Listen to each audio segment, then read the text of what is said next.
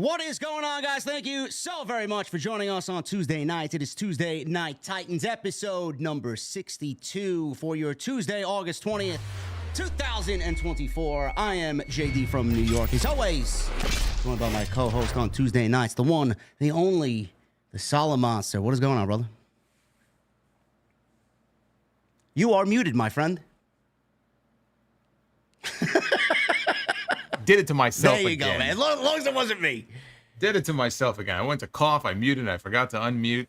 Well, you could tell we're off to a great start here. No, there's a lot going on, actually. We have a lot to talk about, including AEW stuff, and I've had a very busy day, but this is always a great way to cap it off with you and everybody who is joining us live today. There we go. We got a lot to get into, guys. We don't want to waste any more of your time.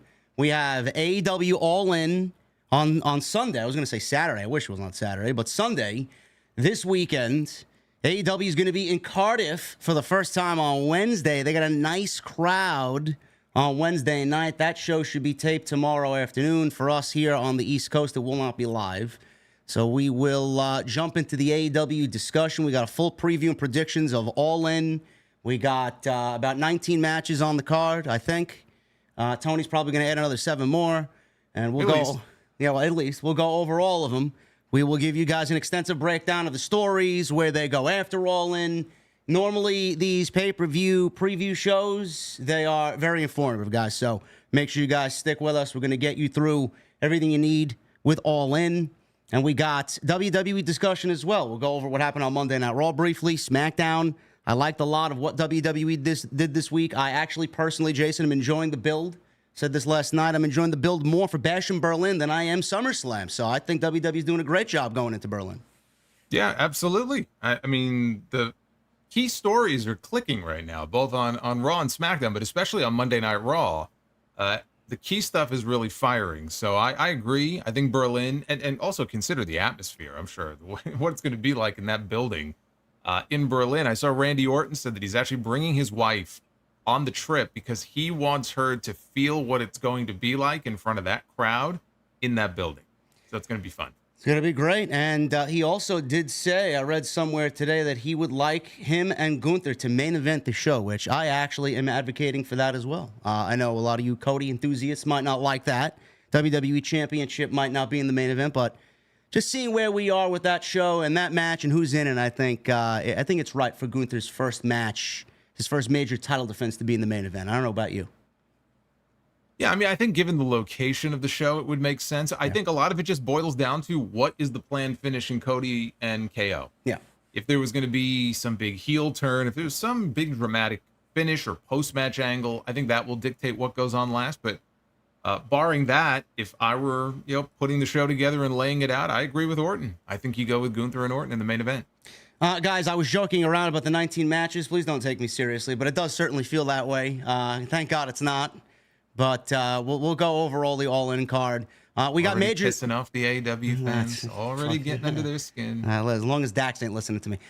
We got a lot of news about their major announcements. A major update from Fightful Select in regards to the Warner Brothers AEW media deal. So we got some late breaking news on that. Jason and I will talk about that tonight as well. We will go over All In next year, not being at Wembley Stadium, not being in London. It will be in Arlington, Texas, at Globe Life Field, where the Texas Rangers play. This now opens up the discussion, which we have talked about quite a few times on this show, where SummerSlam next year will be for WWE, and Wembley Stadium seems wide open, and that seems like a great place for John Cena to have his last SummerSlam, if you're asking me. We will also go over the Fanatics Fest fiasco that apparently was a disastrous, unorganized mess for those who attended for the WWE autograph signings and photo ops. We'll go over that as well. And we will talk about some possible returns for WWE and AEW. We've got news on Adam Cole, Switchblade Jay White, and Charlotte Flair, unfortunately. And Saraya has the contract coming up with AEW. That was news yesterday. So we got a lot to get into, guys. So I appreciate you joining us here tonight. Make sure you hit the thumbs up. Let's try for a goal tonight. I'm going to give you guys an easy goal. Normally I say 1,000. Let's try for 750 likes on tonight's TNT 62. Make sure you guys follow both Jason and I, not only on social media, but on YouTube. Everything you need for all of our YouTubes and our social medias. A link down below in the description, so please go check that out. And we're loving the TNT design. You guys have been tweeting us. As soon as you get your package in the mail, you're right on social media sending Jason and I a picture of your new TNT merch. We love it. If you guys don't have yours yet, you guys can look underneath the video player and you will see the Bonfire shop linked directly to this channel. Go and get your TNT merch right there exclusively on bonfire.com. And make sure you guys get those super chats in. Jason and I will be hanging out at the end of the show. Anything you guys want to add to the discussion tonight, we will definitely hang out with you with our cold beverages at the end of the show, as always. And as always. Go ahead. Well, before you get into that, you were mentioning the handles and everything in the description. One thing I actually forgot to mention this to you before, because I know you got the second channel now. Congrats. Yes. I think you're well over 3K already on that channel. Yeah. And I think that the link that you have in the description is broken. So you might want to just check that out. Unless it's just for me. Just check it out. Let's make check sure I'm not crazy. It looks like it's some mumbo jumbo here. I don't know what this is. It's a jumbled mess. Let's add that there. Yeah, the second channel is doing good. And we just hit, we're about to hit 4,000 subs over there. So shout out to our buddy Chris Van Vliet, who actually put me on to doing a second channel. I know Jason uploads some clips of his sound off on his main channel. And I'm like, you know what? Why am I not doing that? So I figured, let me join in on the party and get in on the fun. So shout out to Chris. He does great work. And he is actually somebody, you guys, if you're a content creator, just offshoot here. If you're a content creator, need any help, Chris is always willing to give you guys a helping hand. So go hit him up, and he'll give you some very, very good advice. Jason, as always, what do you want to talk about? Well, I think before we get into the first story, and I think what we should talk about, and I'll pitch it to you, is the AEW Warner Brothers Discovery update, because I know that's fresh from this afternoon from Fightful, and that's some pretty big news. But before that, there was a tweet that went up a little while ago. I saw some people mentioning it in the live chat from WRKD Wrestling on Twitter. And all it was a GIF of Ricky Starks. And there were some people going crazy. What does that mean? Is he going to be on NXT tonight? Which he's not. But it's kind of funny that he posted that, because I was going to come on here and mention something. And again, he gave no context to that. But I have a little bit of news that I think I can share. Something I had heard, because there's been a lot of talk about Ricky Starks, being kept off television. He's not doing anything. When was the last time we even saw Ricky on TV? Probably back in March. He was in a tag team with Big Bill. I know we discussed that last week, but yeah, that was the last thing that he was a part of. So there was a lot of speculation about that, and you're just waiting at home until his contract is up and nobody knows when. What I had heard is that he is now a free agent. His contract actually expired last month.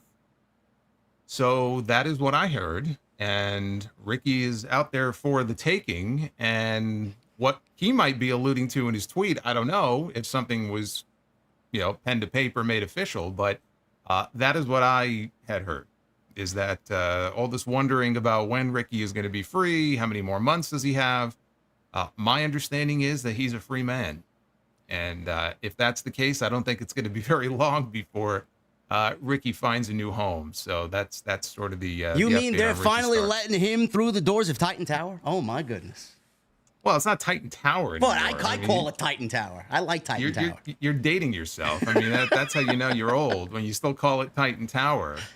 But yeah, I don't think it's going to be very long before we see him on NXT television, if I had to venture a guess. And that's just a guess on my part. But I mean, come on. I think we all know where he's going to end up. And it's only a matter of when and not if. But yeah, I just wanted to mention that, because I was surprised when I was told that, because I also thought that maybe he had until the end of the year. He had a certain number of months left. We're having all these contract updates, and I know Fightful's been pretty good about putting contract news out there, and there's been nothing on Ricky. So when I heard that he's been free now for at least a month, that was kind of surprising to me, but good for him. And hopefully we get to see him back on TV soon.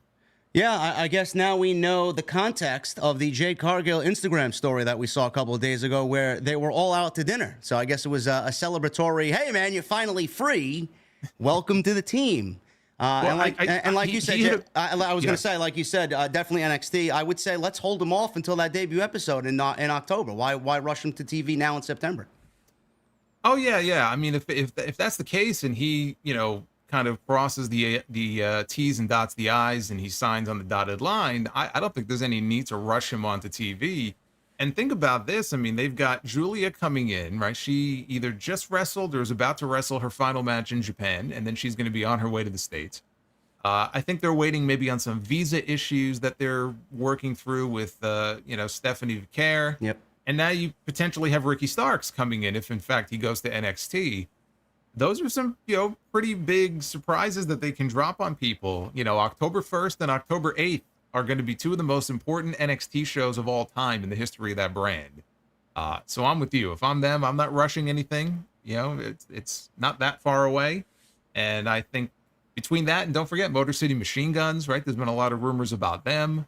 So they got some names they could throw out there on those first two shows if they want to wait. Yeah, Daniel Garcia's name is still up in the air. We don't know where he's going to land. Motor City Machine Guns are still up in the air. We don't know if they're going to go to WWE or AEW. All signs point to WWE. So NXT right now, I would say, is cooking. I may be forced to watch those shows and cover them on my own time. I know you're going to be eyes glued to that as well. So I'm excited, man. I feel like they are slowly turning the corner with NXT. I'm still not on board with what they're doing personally, but I feel like with all these new additions, I feel like it's going to be more black and gold than it ever has been since they closed black and gold. And to me, that's only a good thing. Yeah, absolutely. And I look at it like a clean slate almost. Yeah. When they start on CW, I think it's going to feel like a new era is beginning, because I do think we're going to have some new faces on the brand. And it's almost like, all right, well, we're closing the chapter on, the USA era of NXT. Now they're going to have more eyeballs on that show than they ever have before, than they ever did on USA or the network when the show first started. So I think it's almost, in some ways, it's like a clean slate. And hopefully they can really launch that brand to the next level, because the stuff that they do right, they really usually knock it out of the park. And I think of the women's division in particular, these last few years with NXT has been very strong. Even as they've called up talent, they seem to always be able to replenish with new talent. But now we're talking about more than just the women. They have the potential to really put together something that I think for wrestling fans is must see, and it's coming at exactly the right time. One question before we get into the AEW stuff with the Warner deal. Do you feel like this is the time for NXT to potentially part-time take the show on the road, not move out of the Performance Center full-time, but every now and then have a nice show? Maybe we get a Heat Wave, for example, or a Halloween Havoc at one of these, larger arenas in the United States. Do you think they take the show on the road now? I think so. I think a lot of it will depend on how those first two shows do, and I expect those first two shows in Chicago and St. Louis to do very well. So I think it's possible before this year is even over, they could be back on the road. But I think for sure, if those shows do well and there's a lot of buzz around the brand, then certainly by the beginning of 2025, they're going to be hitting the road. And not every week. It doesn't have to be every week. No. I don't know why you wouldn't go on the road. I mean, they have shown that even when they're not necessarily piggybacking off of a WWE PLE, that they can stand on their own 2 feet. And they can put 4,000 or 5,000 people, 6,000 people in a building. It doesn't have to be 15,000 people in an NBA arena. They can do it. They've proven it. So I think they should. We will talk about the AEW Warner Brothers Discovery deal, guys. This was late-breaking news tonight, literally an hour ago before Jason and I went live with TNT. And it is imminent. The TV deal is imminent. I'm sure this will spawn much respectful and engaging conversation on social media when this deal is finally announced. Always very classy, very intelligent discourse on social media. Absolutely. I mean, why should this be any different than the usual ratings discourse? And Sean Ross Sapp broke this news tonight and has spoken with a number of sources within AEW and Warner Brothers Discovery about the possibility of an impending announcement. Tony Khan has made some announcements as of this week. We will get into that as well. Warner Brothers sources confirm there was still some red tape to get through but that another offer for a long-term television deal was made recently to AEW from the company that they're very confident in.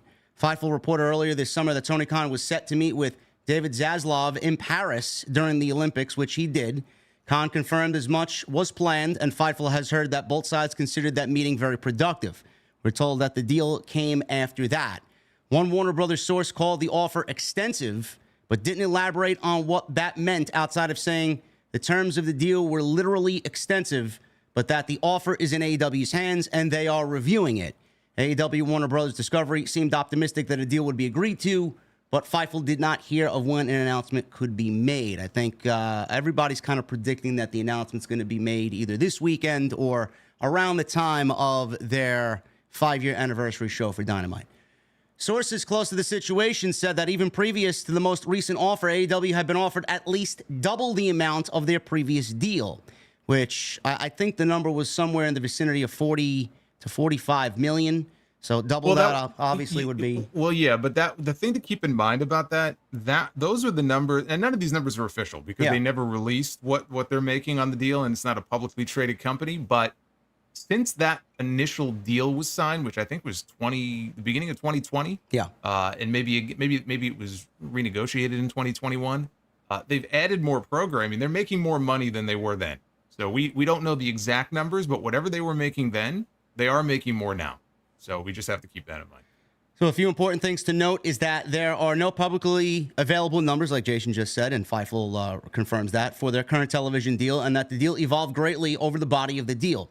It's also worth noting that we don't know if at least double or for the same amount of programming or additional elements will be involved. AEW currently has Dynamite, Collision, and Rampage worked into their deal, as well as exclusivity for AEW programming, which is why Dark no longer appears on YouTube. We're told that any and all combinations and possibilities have been explored. AEW has also produced reality shows, done numerous specific crossovers, and ran pilots on Warner Brothers Discovery digital channels.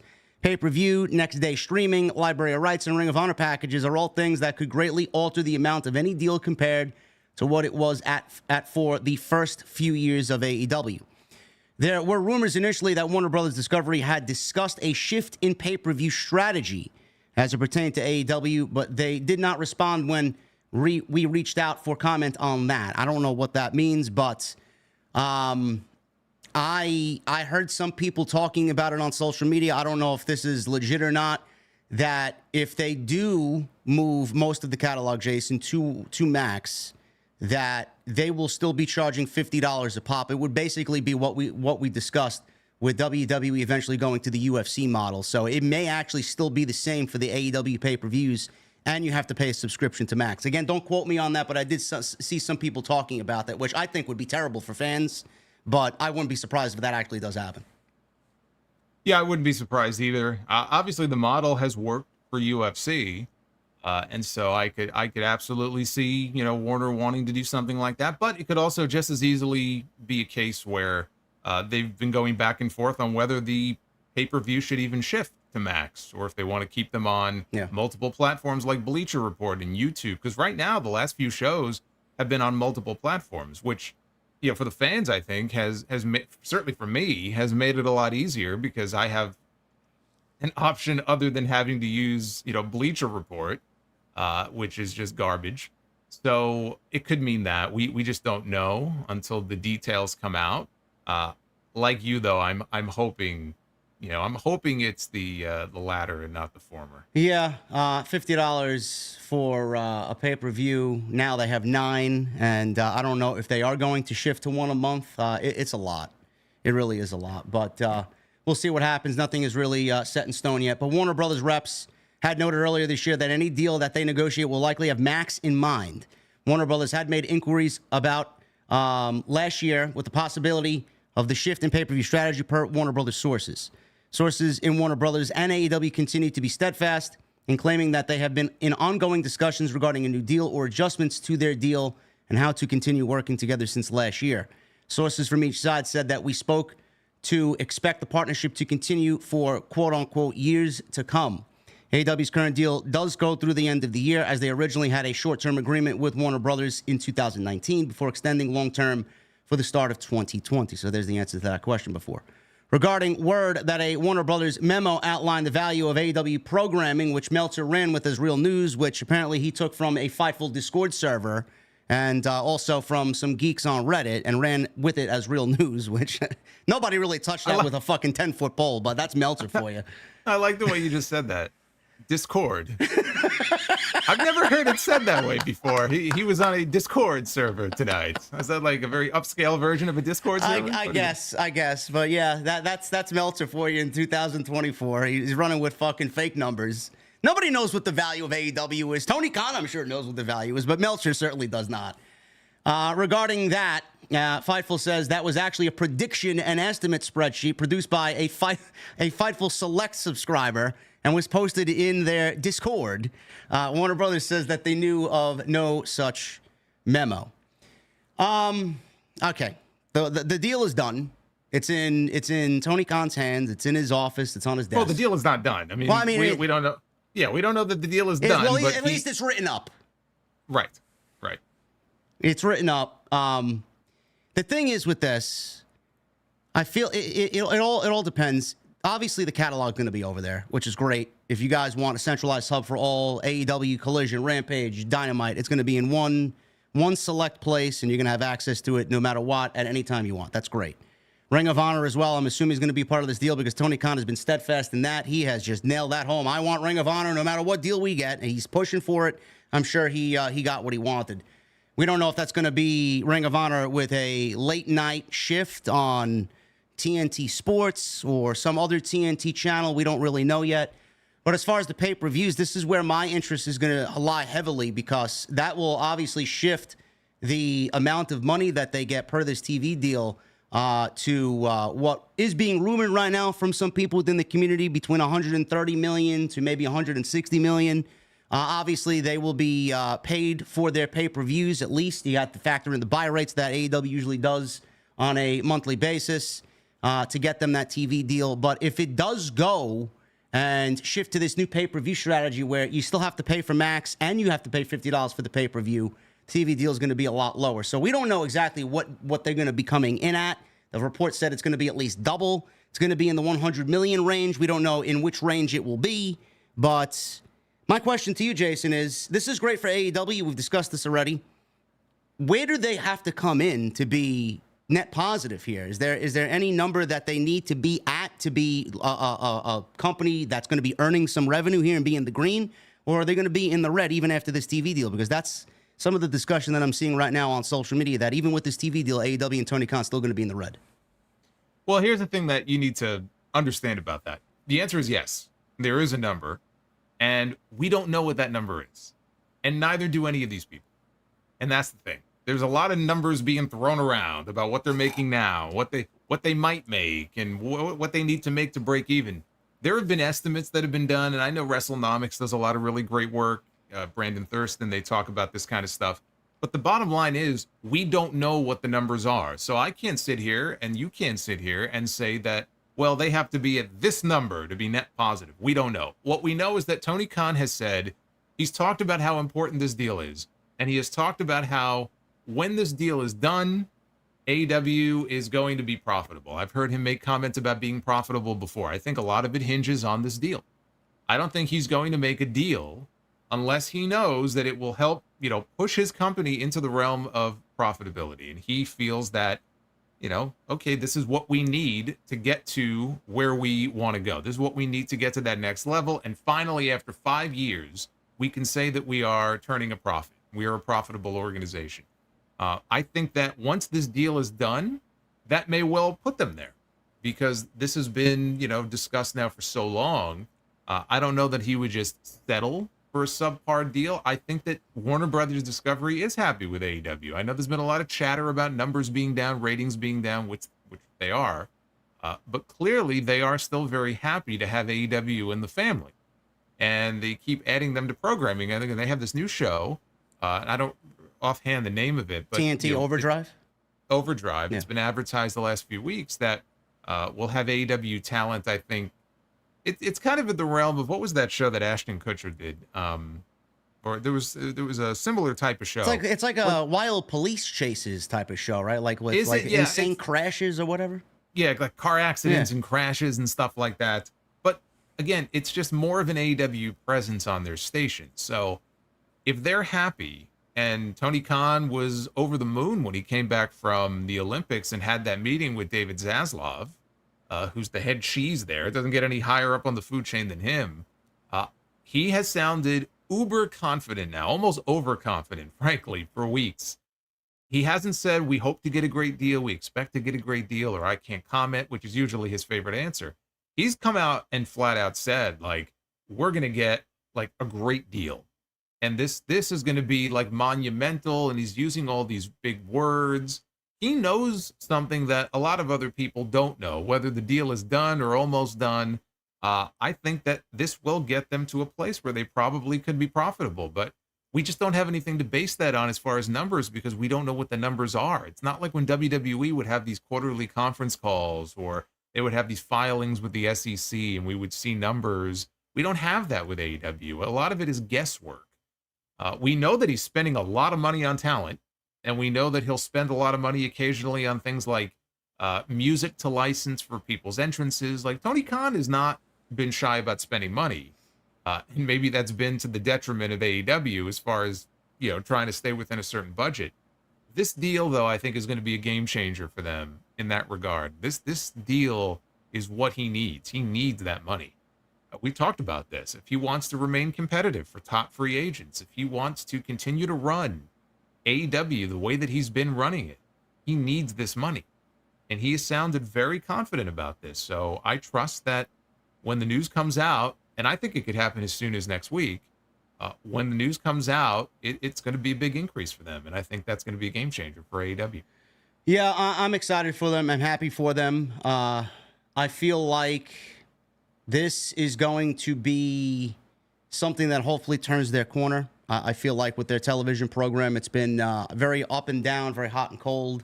I don't know how this is going to translate to them putting on better television. I hope that's the case. The one thing I don't want to have happen is them to get lazy and for them to get complacent with what they do now that they got a nice cozy TV deal and potentially could be in the green. All right, we got what we wanted. We proved everybody wrong. Let's go out there and just kind of half-ass it until, you know, we can't anymore. I want them to step up their game, and I hope that's the case. We don't know if a third hour of Dynamite's coming. We don't know anything that this deal could possibly be included with. I have no idea. Or third hour of Collision, for Christ's sakes. I mean, I don't know. I don't know.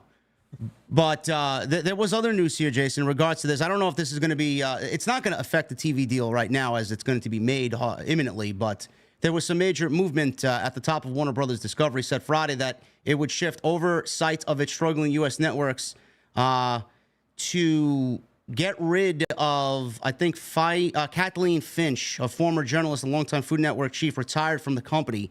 Finch spent 25 years at Scripps Network and Discovery, and in her place, I believe they hired Channing Dungey in her place. I don't know if that's going to be imminently going to affect AEW, but it could have something possibly over a long term. I don't know. Who knows? Maybe 3-4 years from now, this could have an effect on them. But right now, no. Yeah. So you use the words got rid of. They didn't get rid of Kathleen Finch. Like you said, she's retiring at the end of the year. And Channing Dungey has been there for a while. It's not like they're bringing in someone new from the outside. You know, she's been a part of the hierarchy there for a while. This deal is either done or about to be done. So as far as this deal is concerned, this has no effect on that whatsoever. Going forward, could there be, you know, an impact on the relationship that Tony Khan has with upper management in Warner Brothers Discovery? It's possible, but I think if they make this deal, and again, given the players involved are all part of the Warner Brothers Discovery family, my guess is this won't have any kind of radical impact. But if there was going to be, it would be a longer term thing. You know, I don't know where Ms. Dungey's head is at on wrestling and AEW. And I mean, like, we've been through this before with AOL Time Warner and WCW, right? So yeah, you reshuffle people at the top. If there's someone who doesn't like wrestling, that could have an impact on things. My gut is this will likely not have an impact on AEW in any kind of negative or meaningful way, but it's something to pay attention to, because when the players start to move around at the top, especially if you're Tony Khan, you need to pay very close attention to that. If something happened to David Zaslav, which is entirely possible because he's been on the hot seat recently, especially with the NBA stuff going down the way it did. Tony's talked about what a great relationship that the two of them have. If he was to leave or get booted out, right, that's something that could have a big impact on AEW more than this. But you still have to be cognizant of who the players are, because these are the people that Tony wants to, butter up to and make sure that he's got a good working relationship with. These are the people that he has to really befriend here, because, he wants to make sure that everything is copacetic if these are the people he's going to be working with for the next 3 or 4 years. We don't know if they are going to be as easy as Zaslav has been on Tony Khan, with the declining ratings and the demo numbers, which have been down. Aspects of AEW have been down. It goes to show you that the interest in the product is also down, and they both correlate with each other. All these aspects kind of merge into one another. But it's not stopping AEW. Hopefully they turn the corner. They've made major announcements this week. This one is looming. This is imminent. We'll probably get this within the next several weeks, hopefully soon, so we don't have to talk about this anymore and everybody could go and argue on social media about it. But they did make an announcement this week, Jason, that All In, though we have All In on Sunday at Wembley Stadium, will not be returning to Wembley Stadium in 2025. They will be back in England in 2025, but no mention of Wembley Stadium was made. 2026. 2026, I'm sorry. And in 2025, they are moving All In to Globe Life Field in Arlington, Texas. So All In Texas is going to take place on Saturday, July 12th, 2025. And it's also the first pro wrestling event that will be held at the venue, which is the home of the MLB's Texas Rangers. Leading up to the event, a series of events in Arlington are being planned. So we don't know if that includes another residency like AEW is doing right now with Collision, which has done very well for them. So maybe we'll see something like that again next year. And while appearing on the Dan Le Batard show, Tony Khan was asked whether this was the last year that they would run the show at the stadium. Khan noted that isn't the case, as they plan to run at least one show in England next year and Wembley again in 2026. Khan said, no, definitely not. We love having AEW at Wembley Stadium. We will be back in England in 2026. You can bet you'll see us there in 2025 as well. It won't be AEW All In, but it'll be something different. But we have some big plans coming up next year as well. It's a great time for AEW. Now, nobody knows what he means by that. I know Craven Cottage has been mentioned a lot lately in regards to them going there with AEW, whether it's for a pay-per-view or a Dynamite. But I've been saying this, Jason. I wish that they would actually do this in other different aspects as well with their pay-per-view schedule. But moving out of Wembley next year is a thumbs-up move, in my honest opinion. I think moving it to Arlington, having it take place at Globe Life Field, I think is a major move for them. It's a market that they've never had a pay-per-view in. It's going to do incredibly well for them. I believe it's going to net them anywhere between 30 and 35,000 people potentially. I know you could probably go up to 45,000, I think, is the capacity for baseball. Whatever the case may be, it'll probably be in that vicinity, 30 to 35,000. That's a great number for them. I feel like that is a major success. That's nothing to snuff at. But going to Wembley next year would have been, like you mentioned last year, the law of diminishing returns. I was in attendance last year. I mean, I had vertigo sitting there with the amount of people and the energy and the loudness sitting amongst 81,000. 81,000 was a huge number for them. He gloated about that number for fucking months on end. He should. He should. I mean, I joke about it, but he absolutely should. I mean, he takes that number to bed with him every night, and he's praying that Triple H doesn't move WrestleMania or SummerSlam into that venue so he breaks the record. But this year they have about 50,000, just about 50,000. They're shy of 50,000. I know they are set up for just a little bit over 50,000, but 81,000 to 50,000, Jason, that's to me, that's a very noticeable decrease. And I said this on social media yesterday. It's just not Wembley.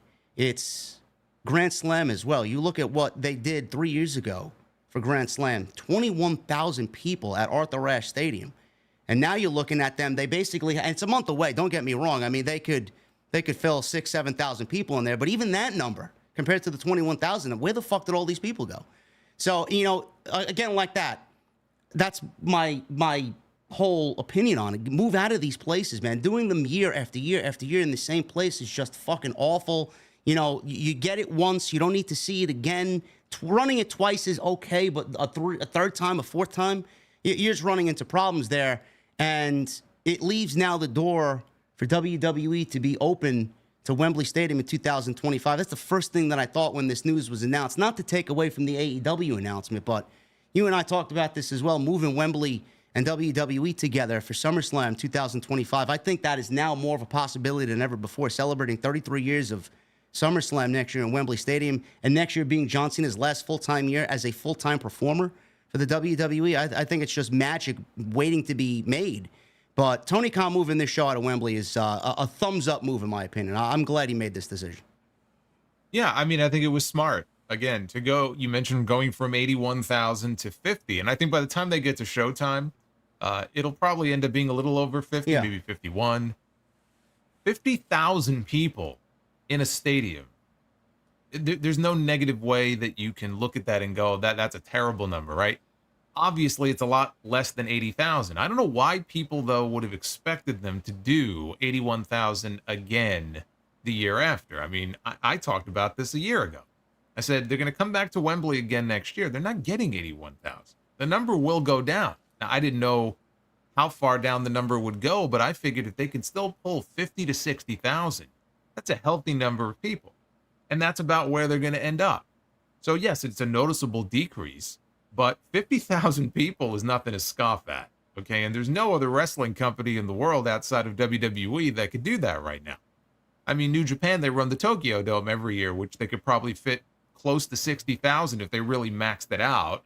And that sure as shit hasn't happened in many years, okay? Even when New Japan was doing really well, business-wise, they weren't doing that. So that's to take nothing away from them pulling the numbers that they've pulled so far. But if they come back again next year, it was 80,000 last year. This year it's 50,000. Next year it wouldn't even be 50.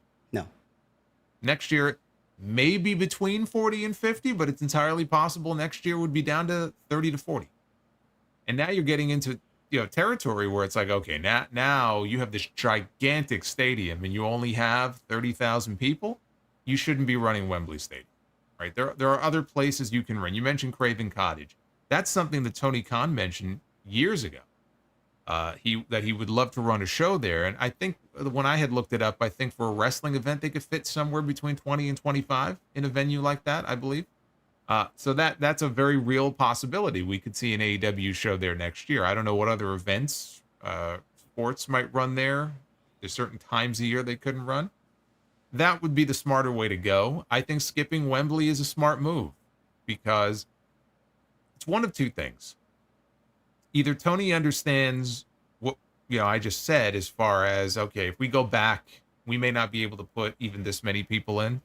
Maybe better to take a year off and then come back 2 years from now, and we could try to put a big crowd back in there. Use this as an opportunity to run our first official, big stadium show in the U.S. Again, him saying that it's their first stadium show in the U.S. is funny because they've run Arthur Ashe Stadium now for a few years. Yeah, I did notice that, and they kind of glossed that over. But it's Arthur Ashe Stadium. I mean, it's a stadium. In a sense, it's not a fucking football stadium or a baseball stadium, but it is a stadium. No, it's a tennis stadium. It's a stadium. Yeah. So I laughed at that because it's like, dude, you've run 3 shows there, and you have another one coming up in about 6 weeks. So, yeah, it's technically not their first stadium show, but as far as a big baseball or football stadium, yes, it is their first domestic stadium show. And I saw a lot of negative, opinions about that. Look at all their attendance woes domestically, which is a very real problem that they have. Why are they running a stadium show? I think the stadium show will do well. You mentioned 35,000. I don't even think they need that many. I think if they can at least pull 25,000, in a venue that, depending on the setup, they could fit maybe 40-ish. Even that, I think, would be worth doing it. And I think they'll get more than that. I don't know that they'll get 40, but they could. Do you know how they ensure that they get a great crowd like that next year? Write stories that people are going to be captivated and interested by, and make sure the television product is as hot as it could be. As long as the television product is hot, people will go out there and spend money to go see you live. I've said this for years with WWE, and everybody laughed at me.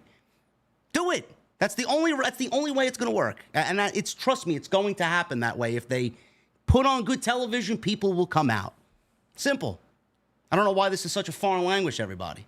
But it also being their first big stadium show in the U.S., I think you're going to have a little bit of that Wembley factor in that there's going to be a novelty to it. And I think if they can create this feeling around it that makes it feel like a happening, like this is a really big deal. We're making history, right? If they can really promote it that way and couple that with having one or two really big attractions on that show, whether it's tapping into an ex-WWE major name that they signed and they want to have that person in a feature match, or they just hit upon a storyline between now and then. Look at what happened with MJF and Cole last year. They kind of lucked into that, right? I don't think they expected that to take off in the way that it did. Absolutely And those two guys closed the show at Wembley Stadium in front of 80,000 people. So it's a combination of different things and also good, local promotion. But if they can hit on that one story and this elite storyline right now, which I think is what they were hoping that this would be, this is not it. But if they can hit on that one big story or one name gets super hot at just the right time, and Tony has enough sense to really take the time over a period of months before they come to Texas to really build a good story around that person, whoever it is, that's all it takes. You couple that with the novelty factor, and they could put 35 or 40,000 people in that building. So I think that show will do well, and we'll see at that point how the product is in the summer of 2025. I don't know. Is the AEW product going to be worse? Is it going to be better?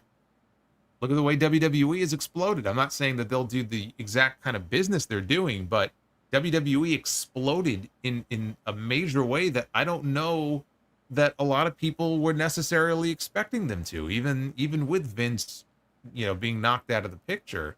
I mean, it has boomed in ways that even I wasn't expecting. So who the hell knows a year from now? I hope the product is doing gangbusters because that's good for everyone. Yep. It's good for AEW. It's good for the talent. It's good for content creators. It's good for the fans. So you can't predict 12 months away how things are going to be. But if they do what you suggested, and again, if they can get with a little bit of luck as well going into that show, I think that show could be a big success for them. But there's another stadium show as well that has been rumored for 2025. Yes. And before we get into that, I'm just thinking ahead now. I'm listening to you speak. What could they do creatively for that show to really kind of add on top of the first-time aura of being in the States for All In? I'm thinking maybe Christian and Edge reunion. Maybe we get them back together. Maybe put them against the Bucks. Maybe put them against FTR. Mercedes versus Athena in a major women's match. I mean, I'm just thinking ahead. I don't know where Swerve and Ospreay and MJF are going to really factor in, but just thinking off the top of my head, something major like that, Edge and Christian coming back together at this stage of their career, I think that would be a huge selling point there.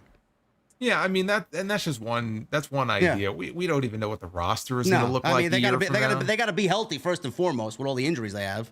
Yeah, I mean look at Kenny, right? Yeah. I no doubt in my mind that Tony Khan was hoping and banking on Kenny Omega being healthy so he could do Omega Okada at Wembley this year. And it's unfortunate that, Kenny is nowhere close to being ready. I saw there was an update today on Kenny, and he's still in some pain. He hasn't been able to, train the way that he wants to yet. He's not close to being back yet. Ideally, they would have him healthy enough to play a major role on the show next year. I think Kenny Omega in a big feature match on that show, maybe some kind of first time ever match. That could be one attraction. You have to appeal to different audiences. You want to appeal to your core audience and like the real rabid wrestling fans, but they're also going to need something that appeals to the masses on that show. But we can't sit here and predict what the roster is going to look like in 12 months. Tony Khan is going to sign more people. I know there are people, I'm sure, who are on that roster right now who are very unhappy, who may not even be in AEW a year from now. I look, I brought his name up a few times over the last few weeks.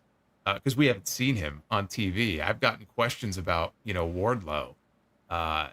He's not very happy right now. And there's been a lot of speculation about him as well. And again, my understanding is, unlike Ricky, is that he's locked down for some years.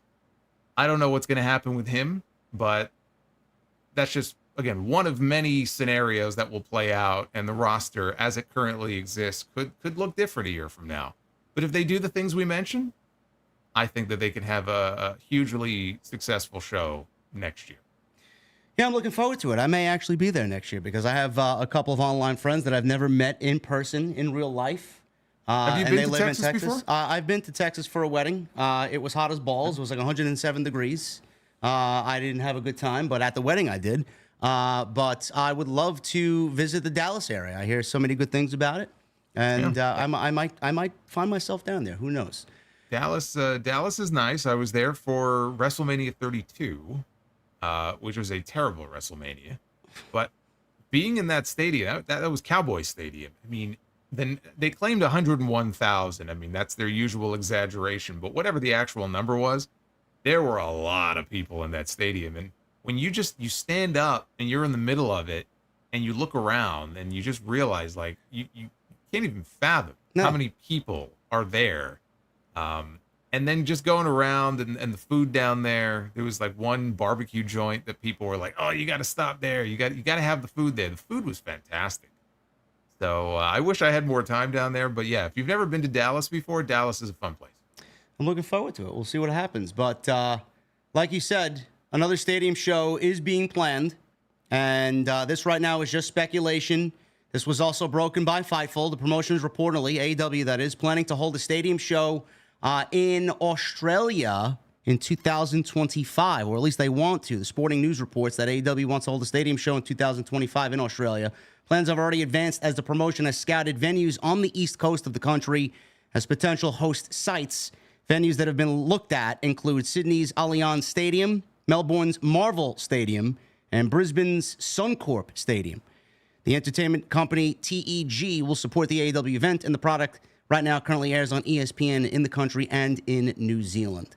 That's really going out there, Jason. That's I don't want to say it's a risky move. I think it's a move that AEW should honestly, at this stage of the game, go out there as a young company and take. If they really want to show what they're made of internationally and develop that international branding for the company, I think a move to Australia next year, just like you mentioned with Arlington, first time show in Australia, I think they do great numbers there. I mean, I'm sure that country, Australia, starving for pro wrestling. How many legit United States promotions go over there? When was the last time WWE was in Australia before they had the Elimination Chamber this year? I don't even remember when. What was it? 2016? I think it was 2018. They had a Super Showdown, I think, down there. Yeah. So it was a while ago. Yeah. It was, and before that, I think before that, you'd have to go all the way back to 2002. Certainly since they had a major stadium show, they had a global warning show. Yeah. So, yeah, I don't know. I don't know what the fan base is like for AEW in Australia. I don't really hear too much about that. I hear a lot about their popularity in Europe, in the UK. But yeah, I mean, there is a ton of wrestling fans in Australia. And again, it doesn't have to necessarily be an 80,000 seat stadium. So I think it's ambitious because they are experiencing attendance, struggles here in this country. I mean, it's just undeniable. As much as some people might want to deny it, I mean, it's just a fact. Internationally, though, they are very popular. And now what we're looking at potentially, I mean, think about this. So even though it's not necessarily an AEW show per se, they are going to play an outsized role at, the Tokyo Dome in January because they have Wrestle Kingdom, and then the next night is Wrestle Dynasty. And Wrestle Dynasty will have AEW talent and Ring of Honor talent on that show. So they have equity in that show, and that's a stadium show. That's in January. We know Arlington is getting all in July. There's talk about an Australia show next year in a stadium. So, and that's all in 2025. And then let's assume they do another Arthur Ashe stadium show as well. It's a lot of stadium shows for a company that outside of Wembley hasn't done them. Let's be honest. I mean, outside of Arthur Ashe, they haven't done any of them. Yeah, you're kind of going down a path that I didn't really have in the notes, but now I did mention this on my end, and it's funny you brought that up. The show taking place in July for All In Arlington next year, I actually quite like that they moved it up to July instead of doing it at the end of August because normally around that time we see Forbidden Door. You mentioned Wrestle Dynasty for Japan in January. Is that something that now is going to eliminate the Forbidden Door concept potentially here in the United States with AEW New Japan in the summertime? And could we see AEW now take All In and actually have a proper build from All In to All Out. That's the one thing I'm looking forward to. I mean, if they have enough time to build between the shows, I think that's a huge positive for them. Well, let's look at the Forbidden Door shows. The Forbidden Door shows typically are the end of June. So if that held, that's 2 weeks, less than 2 weeks between that and All In. I don't think that's a great idea. No. All Out, I don't see Tony Khan moving All Out. I think he likes that being, if not Labor Day weekend, around that time period. So if he keeps All Out at the beginning of September, there will be some distance between All In and All Out, which I think would be a welcome change. But that's an interesting point as far as how that might affect Forbidden Door. Unless they shift that show to a different, earlier in the month, they could maybe do it in early June, but then now that affects Double or Nothing. So I don't know how that's going to work, but I am hoping that he keeps All Out where it is. And then we can get, a good 6 or 7 weeks to build up that All Out show instead of doing it a week later or 2 weeks later, which, I mean, it's just ridiculous to turn around another major, pay-per-view that quickly. Even in the past when WWE has done it, it doesn't work. No, it just came off as a nothing show. Yeah, and there were some really good matches at last year's All Out show, but ideally you would put more distance. You would have at least a month in between shows. So hopefully they will keep All Out where it is. But yeah, Forbidden Door, that'll be interesting to see if that gets... I can't see them eliminating it. I still think they want to maintain a show like that here in the States. But could they move it? Yeah, they can move it. Yeah, it's interesting. I mean, that show is almost like a Forbidden Door just on the other side of the globe. So I don't know what the sense would be to do 2 Forbidden Door-like shows in the same year. It's just a little ridiculous to me. But yeah, that's going to be something I want to keep a close eye on as well, because AEW, they have this weird schedule where shows bleed into each other a lot more than I would like to see.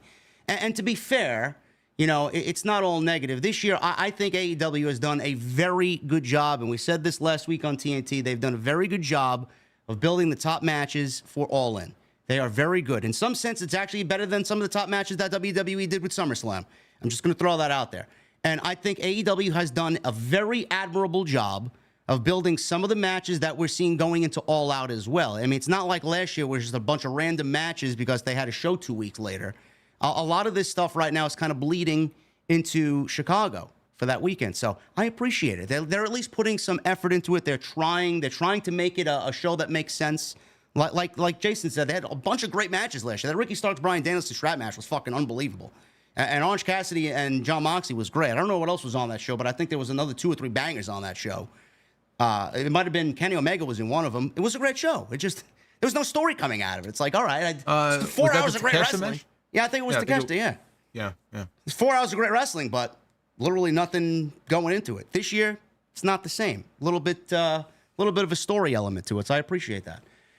But keeping with the AEW live event news, some people got rattled by this, which I don't know why. I mean, I don't know why you would get angry at this particular piece of news. WWE announced live events in Florida, or a live event in Florida on the same night and minutes away from where AEW World's End pay-per-view will be taking place in Orlando. Now, World's End was announced months ago and will be held on December 28th at the Edition Financial Arena in Orlando, Florida. On Friday night, during SmackDown, WWE announced that they would be running a house show in Orlando, Florida on the same night at the Kia Center. The venue is just minutes away from where AEW is running World's End. Sean Ross Sapp of Fightful Select was asked this question on his platform, and Sapp said, based on the reactions I've got from AEW, it was more of a, well, of course they are type of thing. Yes, it will affect ticket sales.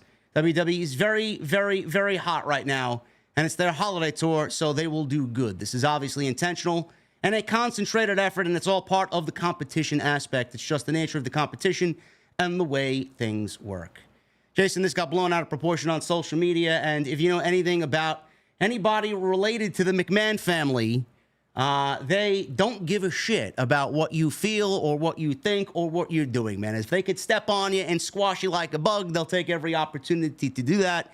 It will affect ticket sales, but AEW in this instance and their fans, they should worry about what they have to do to make World's End a great show, because last year it was fucking terrible. I was there in the building. It was awful. And I feel like they just need to concentrate on what they need to do to make that show great and not worry about WWE. What do you make of this? I mean, I'm not surprised. I mean, nobody should be surprised about this. This is WWE's MO going back decades, under Vince. And now you think they give a shit, whether they're stepping on Tony Khan's toes. I think because he talks about it so much that they actually get off on it. I think they know how to push his buttons, and so I'm not saying they booked the show just for that reason alone, although they knew that World's End, there's a pay-per-view 30 minutes down the road. But like you said, I don't think they give a shit. And I think if anything, it may put a smile on their face when they can push his buttons and kind of get under his skin. And by the way, we're going to be seeing that in October when they run head to head again. So if you thought last year was bad with all the back and forth, you talk about online discourse, get ready for that again when we have Title Tuesday against NXT. But in this case, we're talking about an AEW pay-per-view against a WWE house show. And so WWE, they're going to sell their tickets. They're going to do the business they do. And like you said, if Tony Khan just focuses on putting together a banger of a card that people want to see, then people will come and they will see the show.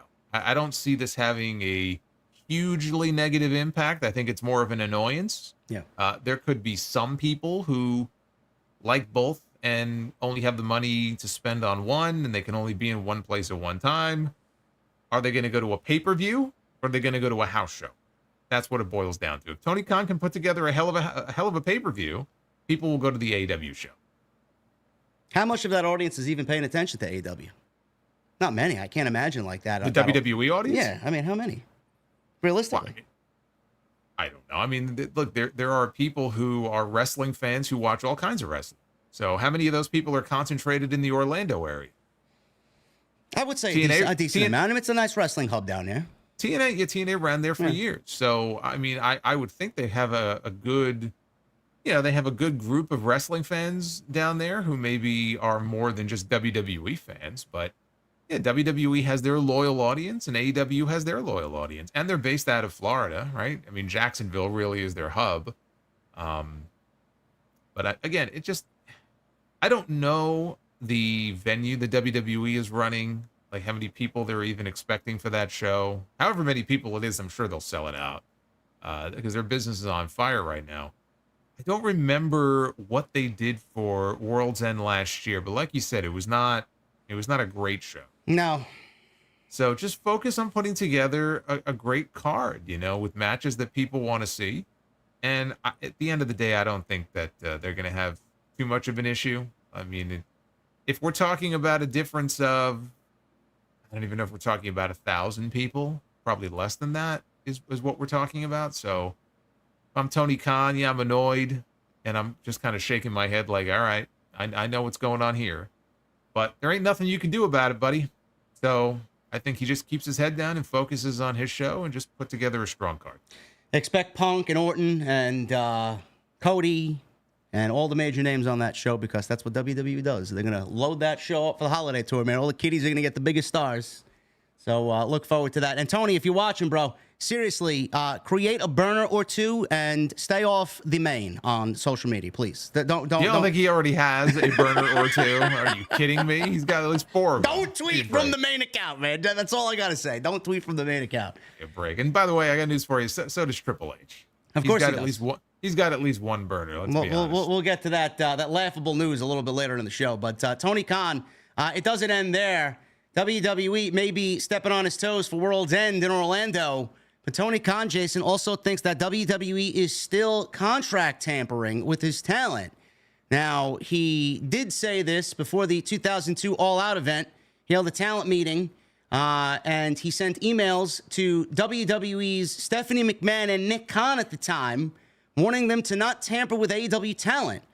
So Tony Khan later clarified in a series of Twitter posts, of course he did, that when WWE tampered with AEW talent contracts, the business became personal for him because it came at a time when his mother was fighting for her life.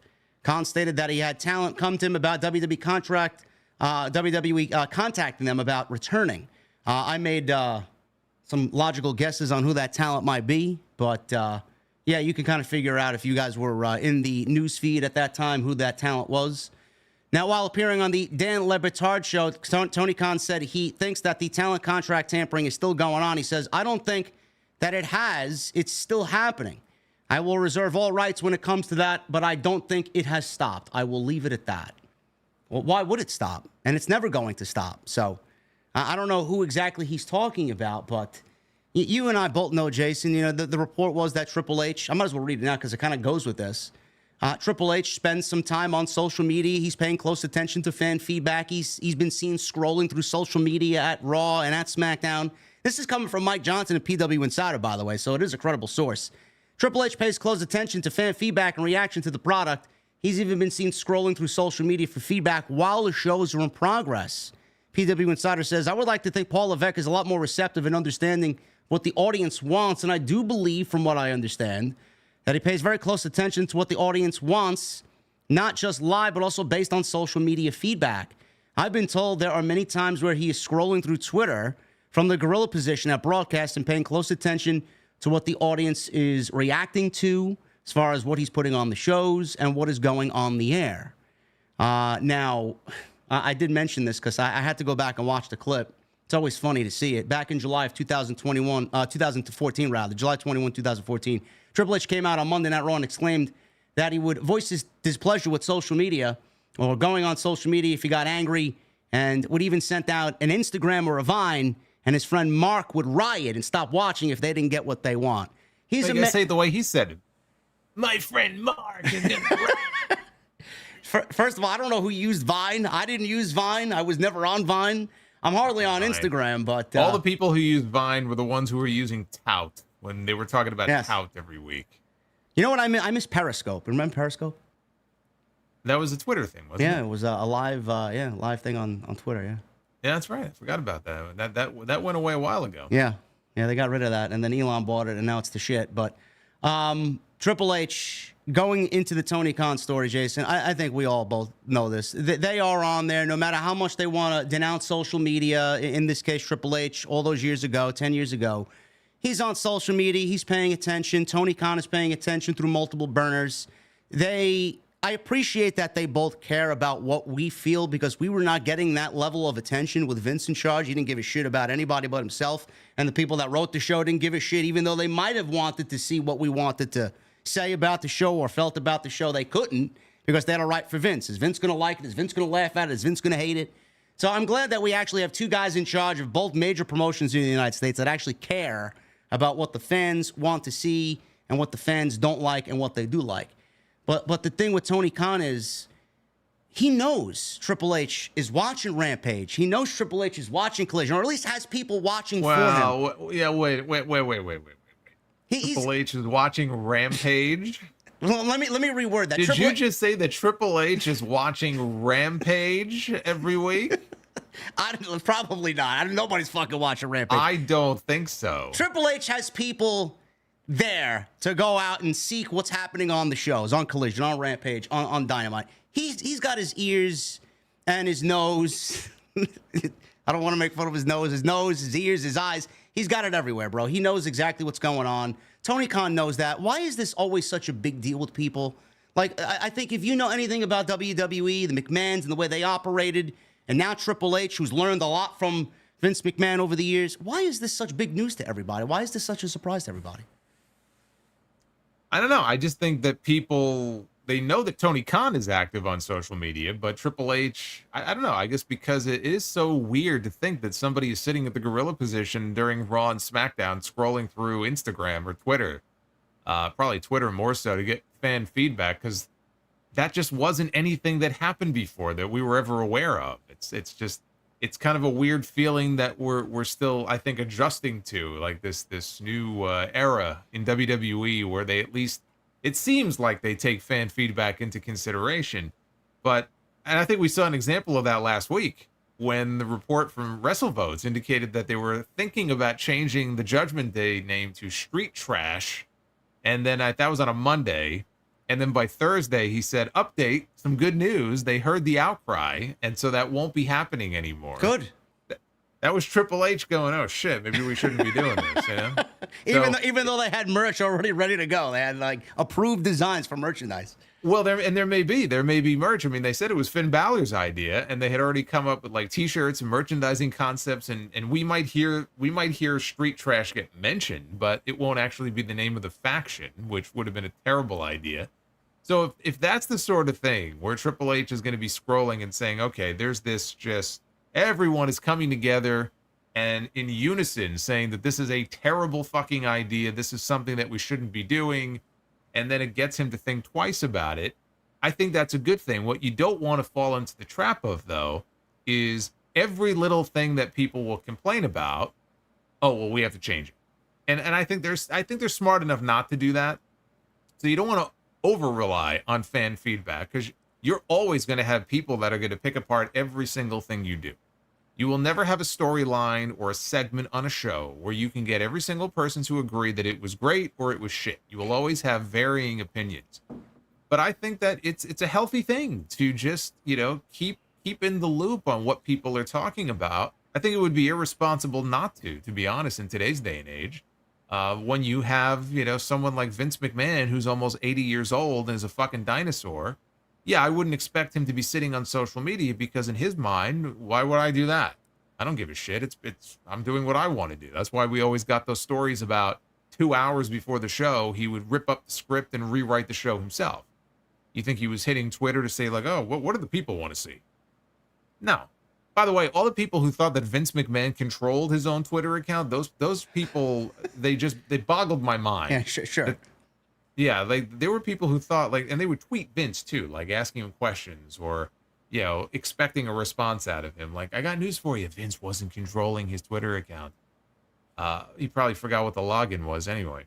So I think it's healthy, but you also, Tony Khan, as a great example of this, will sometimes react a little too much to things that he sees on social media and will respond to things that frankly he shouldn't even bother responding to. So it goes the other way too. You want to find that happy medium. Monitor it, but don't let it control your life. I think that's a healthy mantra for them to live by when it comes to social media. I think that is a great piece of advice. Maybe some of the AEW roster should take Solid Monster's advice on that. I think so. I think that would be a great idea. Yes, I do believe so. The thing is, I also mentioned this. Triple H, I think Triple H knows he does a very good job. I think he's got a great team surrounding him. I think the majority of the fans are very pleased with the changes that Triple H has brought to WWE coming out of the Vince era. Do you think it's something along the lines as well that he's stressed out sometimes? Obviously, it's not an easy position to run both Raw and SmackDown and take that role from Vince McMahon. I'm sure he's stressed out. I'm sure he's got huge shoes to fill that a lot of people are looking for him to fail in. Is it something that he's looking at as potentially maybe looking at the fans for some guidance, and he really wants to know if he really is doing a good job or if he's not doing a good job, and he seeks us and validation through us? Is there something along those lines as well? No, I don't know that I necessarily look at it that way. I think it goes back to the black and gold days. And Triple H got a lot of praise for the black and gold NXT era, right? There were a lot of people who loved that era. I know you're one of them. I'm one of them. And he would put on these great takeover shows. And it got to the point where NXT many times was actually getting more positive feedback than the main roster shows. And when they would have like an NXT takeover on the same weekend as a WWE main roster pay-per-view, NXT would like blow them away. And there'd be all this positive feedback on social media. And I think that he got a lot of credit for it, even though he wasn't the one writing the shows. He had help. He had people actually writing with him and for him. But he got this reputation like, oh, Triple H, man, I can't wait for him to take over. He's got all these great ideas. And I think he saw that. He was aware of it. He heard it. And I think he liked that. And I think now that he's in control of the whole thing and he's, controlling Raw and SmackDown, he's basically the puppeteer now. I still think he's got a little bit of that in him. I think part of it is an ego thing, which I think everybody would have, where he wants to please people and he likes it. When we had that one Raw 2 weeks ago, right? The one where Bronson Reed killed Seth Rollins. And I felt like that was almost like a Raw after WrestleMania type of vibe. And there were tons of people praising that show all over social media. There was nothing but praise for that episode of Raw. And I'm sure he sees that, and it has to make him feel good.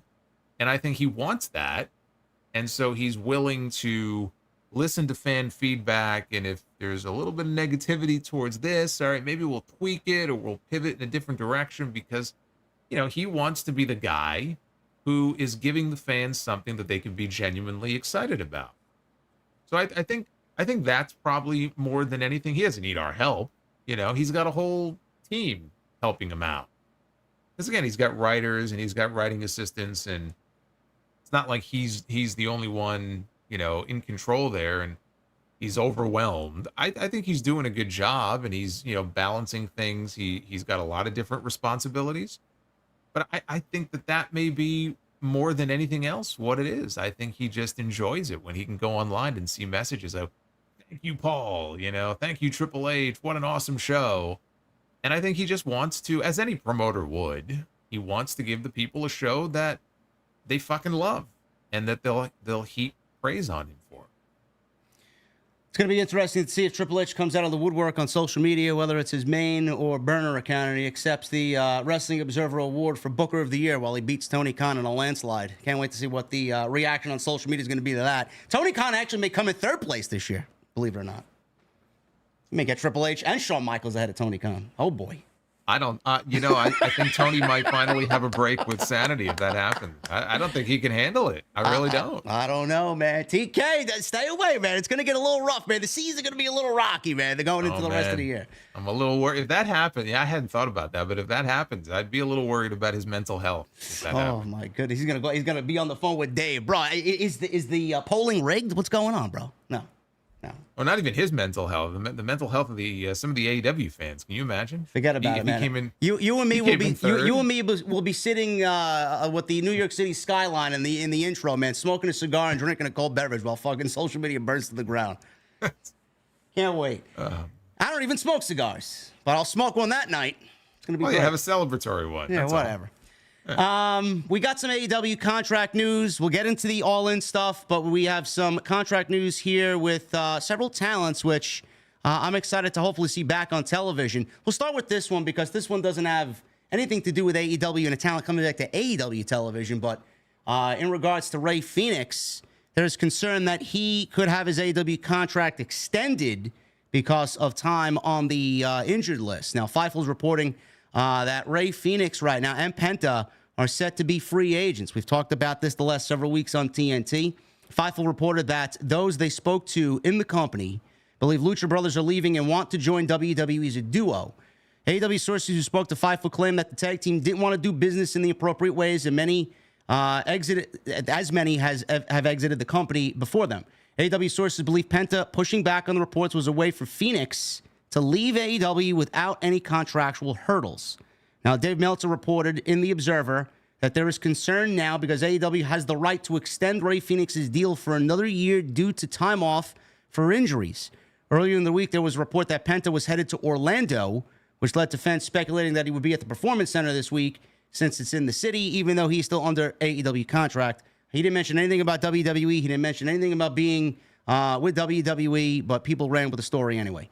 However, AEW shot down the speculation via Twitter when he wrote, no more gossip. My present is AEW. This is believed to have been done so. They would not impact Phoenix AEW exit.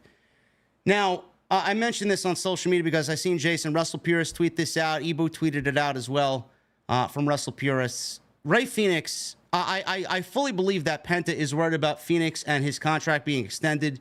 So he wanted to play it safe with what he said last week about my present is AEW. Yes, it is for the time being. But as far as Rey Fenix is concerned, I don't think Tony Khan is the type of promoter. I don't think Tony Khan is the type of person to just maliciously extend Rey Fenix like a Vince would add 6 months or 12 months onto somebody's contract because they were out with injury and he's got a contract coming up or she has a contract coming up. I don't think Tony Khan is that type of person. I think if Rey Fenix wants out, I think Tony Khan is going to let Rey Fenix out. I think Tony Khan has too much respect for the people that work for him. I think Tony Khan has too much respect for pro wrestling, and I don't think he's going to do anything to jeopardize that. Yeah, I tend to think that also. I think you have these two brothers who probably want to still work together and team together. And if Penta can leave and Phoenix all of a sudden can't because Tony Khan decides, you know what, I'm going to hold him back. I mean, why would you want somebody in your company who obviously doesn't want to be there? And then potentially all that creates is just ill will and, possible drama. And I also just don't get the impression that he would just do it to be spiteful, even though maybe legally he could do it. When you have somebody under contract for X number of years, if they miss a significant amount of time, I guess he would be well within his rights to do it. WWE, like you said, they've done it with people, Rey Mysterio and other people who missed injury time, Drew McIntyre possibly. So I wouldn't expect him to. And I would hope that he doesn't. And if they have made the decision to leave and go to WWE, if that's their choice, then I think that they should be allowed to do that without having time tacked on to Phoenix's deal, keeping him in a company where he doesn't want to be. That's my attitude about it. If you don't want to be there, and his contract would otherwise be expired, then just let him walk. Yeah, I agree. I think that should be up and down the roster, no matter if it's 6 months, 2 years, 3 years. If they don't want to be there and you're not using them in any meaningful way, like you mentioned Wardlow before, is there an instance that you could see where Wardlow just goes to Tony Khan and say, hey, I have nothing creatively. You have not come up with anything creatively for me. There's been no effort to put me on television. I want out of my deal. What does Tony Khan do in that situation? You think Wardlow would go to Tony and ask that of him? And what would Tony do if he was put in that situation? Would he let Wardlow go, or would he say, listen, you're contracted to me for 3 years, buddy. You're stuck. There's nothing I can do for you. What do you do there? I wouldn't be surprised if that's already happened. If he has tried to get out of his AEW deal. That's a little bit different because I believe he has a few years left on his deal. So that's very different. If you're somebody, let's say, who has 2 years or 3 years left on your contract, but if it's a really toxic situation where this person clearly doesn't want to be there, the relationship has broken down, I still think you work something out where, okay, if you want out, there's certain things that you have to do. You mentioned, and I don't know if it's true or not, but you mentioned that talk about them not doing business the right way. I don't know if that means people didn't want to do jobs.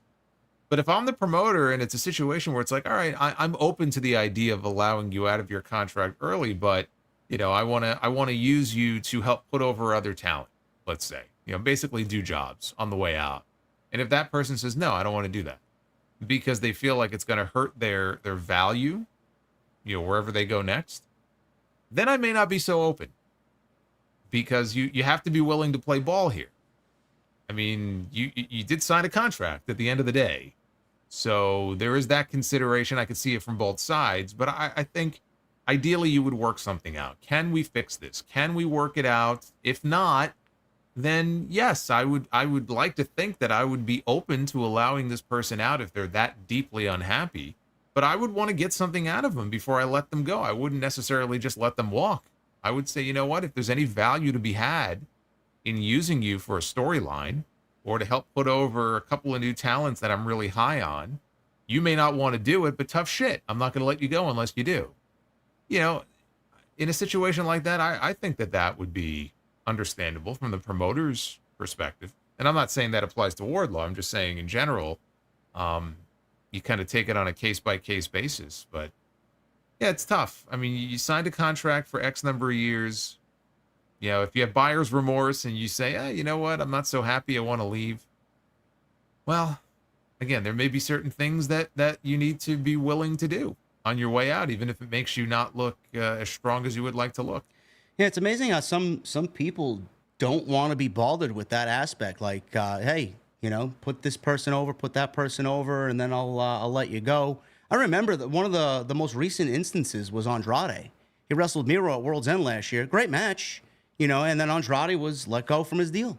Right after that match was over, he showed up in the Royal Rumble. He did business on the way out. Tony Khan's going to look at that and say, hey, Andrade was a class act. He let him go, and he did something for me. I did something for him. Goodbye. Amicable split there. Maybe Ray Phoenix and Penta, they don't want to do it because of the style that they work, and they are maybe looking out for themselves for the first time ever, and they don't want to get injured before they go to the big WWE.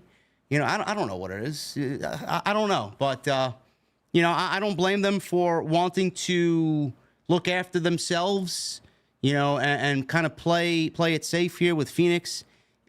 The best way to look at it is don't trust anybody. I mean, I don't know if Tony Khan is somebody that you could probably, look at and say, hey, man, I trust this guy. He hasn't really done anything that would show you that he's not to be trusted. I think he respects everybody that works for him, but I don't blame him for wanting to be safe in this instance. I really don't, but we'll see what happens. I do think that they end up in WWE regardless. I think this is all just for the now. They will go to WWE. They will be successful, and we'll see how Triple H uses them. I'm excited to see what happens with them. But, yeah, that was in the news, and there's concern that his contract's going to be extended. So we'll keep an eye on that, but I don't think that's anything to worry about here. We got... one thing, though. Yeah. Just to answer, Dominic in the chat made a comment. He said, Tony Khan is the one not using them. That's not on them. We have heard stories with different people at times who have been pitched creative and they have rejected it. And so my mindset on that is, if you are sitting at home waiting to get that call, you want to go to work, you want to be involved in something, and they present you with an idea, but you just don't like the idea. I think at that point, you can't necessarily complain that you're not being used on TV. And we've heard that a few different times. We've heard that with Miro. I think we heard that with Sammy, right? That was one of the rumors about Sammy Guevara, that they wanted to maybe, I think, turn him heel. He didn't want to go heel. And that's why he ended up, in Ring of Honor as a babyface. Ricky Starks. One of the stories about Ricky is that they wanted to have him feud with Big Bill. And supposedly he didn't think it would benefit Big Bill to do things the way that they wanted to do it. So he rejected, whatever the idea was that they had for him. So you can't say that in every case it's just Tony Khan's fault and nobody else's. Because I always think back to the Miro thing. And that was always one of the rumors going around, is that they've pitched creative to him and he rejected it or he didn't like it. And it's like, well, if you're being pitched ideas and you're going to shoot them down, maybe that's not just on Tony Khan. Maybe sometimes it is on the talent. So you can't say that it's always necessarily on Tony Khan if people are being pitched ideas and they're saying no. Well, you can look at it the other way, too. It's like, if they are pitching you something, how many times do we talk about wrestlers and performers maximizing their minutes on television? If you take something and you don't necessarily like it, but you take it anyway, you're getting on television. Who knows if that doesn't lead to something a little bit more up your wheelhouse or in your wheelhouse? Like maybe it leads to better television for you next time and something a little bit bigger next time, instead of just sitting at home where management's going to be looking at you and be like, oh, this is a defiant talent. He doesn't want to do what we pitch to him. And they pitch him another thing. He says, no, you're not going to get on television. They're not going to want to book you for television at all. And you're going to be sitting at home. Yeah. And that also begs the question as I say that and I talk about that, I can't imagine that it is built into these AEW contracts that all the talent have creative control. I think certain people may be afforded creative control. And even then, I think you're going down a slippery slope there. But again, typically, you wouldn't necessarily have the power to dictate every storyline or approve every storyline that you're in. So like, how do these contracts work? How does it work in AEW, where if ideas are being pitched and people are just turning them down flat and rejecting them, at some point you would think as the boss and the promoter, Tony Khan would say, no, you don't have creative control written into your contract. We came up with an idea for you. We really need you to come to work. We really want you to do this, and you're going to do it. And if not, you'll be in breach of contract. Like, I don't know. That's a weird thing, because you say that out loud, and it's like, well, where does creative control come into play here? Like, do they really have that much control that they can just say no to this and say no to that? And now Tony Khan is paying these people to sit at home and do nothing. If I'm Tony Khan, it's like, no, get your ass to work. I've said this from the All Out situation. If you don't want to be there, then Tony Khan should let them go. There's nothing wrong with shedding payroll in this situation. If you don't want to help the company be better, then get the fuck out. There's the door. I don't know why he just doesn't take the initiative and say, all right, I'm going to cut ties with all these people. They don't want to come to work. They don't want to use the ideas that we pitch to them. All right, goodbye. Unless he's just worried that in some cases it happens because they're trying to actively get out of their contract because they want to go to WWE or go back to WWE. then WWE is going to be overblown with fucking roster. And how many times have we seen that where one company's bloated, everybody wants to leave there to go to the other place because Triple H is in charge? How much TV time do you think you're going to get over there? I mean, is everybody going to be fucking clamoring for TV time just like AEW? It's the same thing. You're gonna end up in the same position if you go over there. How long did it take Andrade to get fucking ample television time? It took him what, 5 months? I don't know. Because there's only so much real estate to go around on TV. Still waiting for Dragon Lee to get to fucking television. Well, I don't know what's going on with him, but I did see something about how his wife is having a baby. Yeah. But he's been off TV for months though, so that doesn't necessarily explain why he's been MIA for so long. I can't remember the last time I even saw him on TV, so I don't know. I don't know if that's the reason or the only reason. But yeah, again, it goes both ways. And if Tony Khan is in a situation where there are people who are sitting at home and he is pitching creative ideas and they're rejecting them, yeah, I mean, at some point, you think he would have to put his foot down and go, look, I'm not going to pay you to sit on your fucking ass at home. Like, we're coming up with ideas for you. You better be there on Wednesday, and you may not want to do it, but you're doing it. And then from the wrestler's perspective, it's like you said, all right, well, if this is what they came up with for me, I'm sitting around here. I'm not building my value, sitting at home doing nothing. I'm out of sight, out of mind. I'll try to make the most of what they give me, and maybe it gets over. Yeah, I think Tony Khan is just really, really paranoid about letting people go because they're going to go right back to Triple H, and he doesn't want to feed the system over there anymore. But I don't really think that should be a burden on him anymore. If Tony Khan has people that don't want to be there, let them go. Seriously, I've always said that, always thought that, but there's a reason why I always complain about the bloated roster. It's a lot, and they just have a lot of talent that they're not utilizing right now, and they're paying to do absolutely nothing. One of those talents that I do want to see return and do a lot of something is Adam Cole, and there's positive news on Adam Cole and him returning to AEW.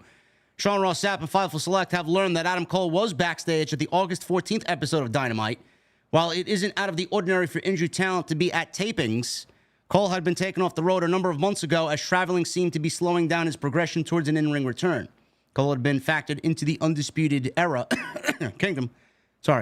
faction. However, perhaps a more promising sign of return was that word emerged from backstage that Cole was set to resume training for a hopeful return as soon as next week. Adam Cole last wrestled on September 3, 2023, shortly after he sustained an ankle injury in, honestly, an accident that never should have happened anywhere, in any fucking city, in any arena. It was just ridiculous how he got hurt.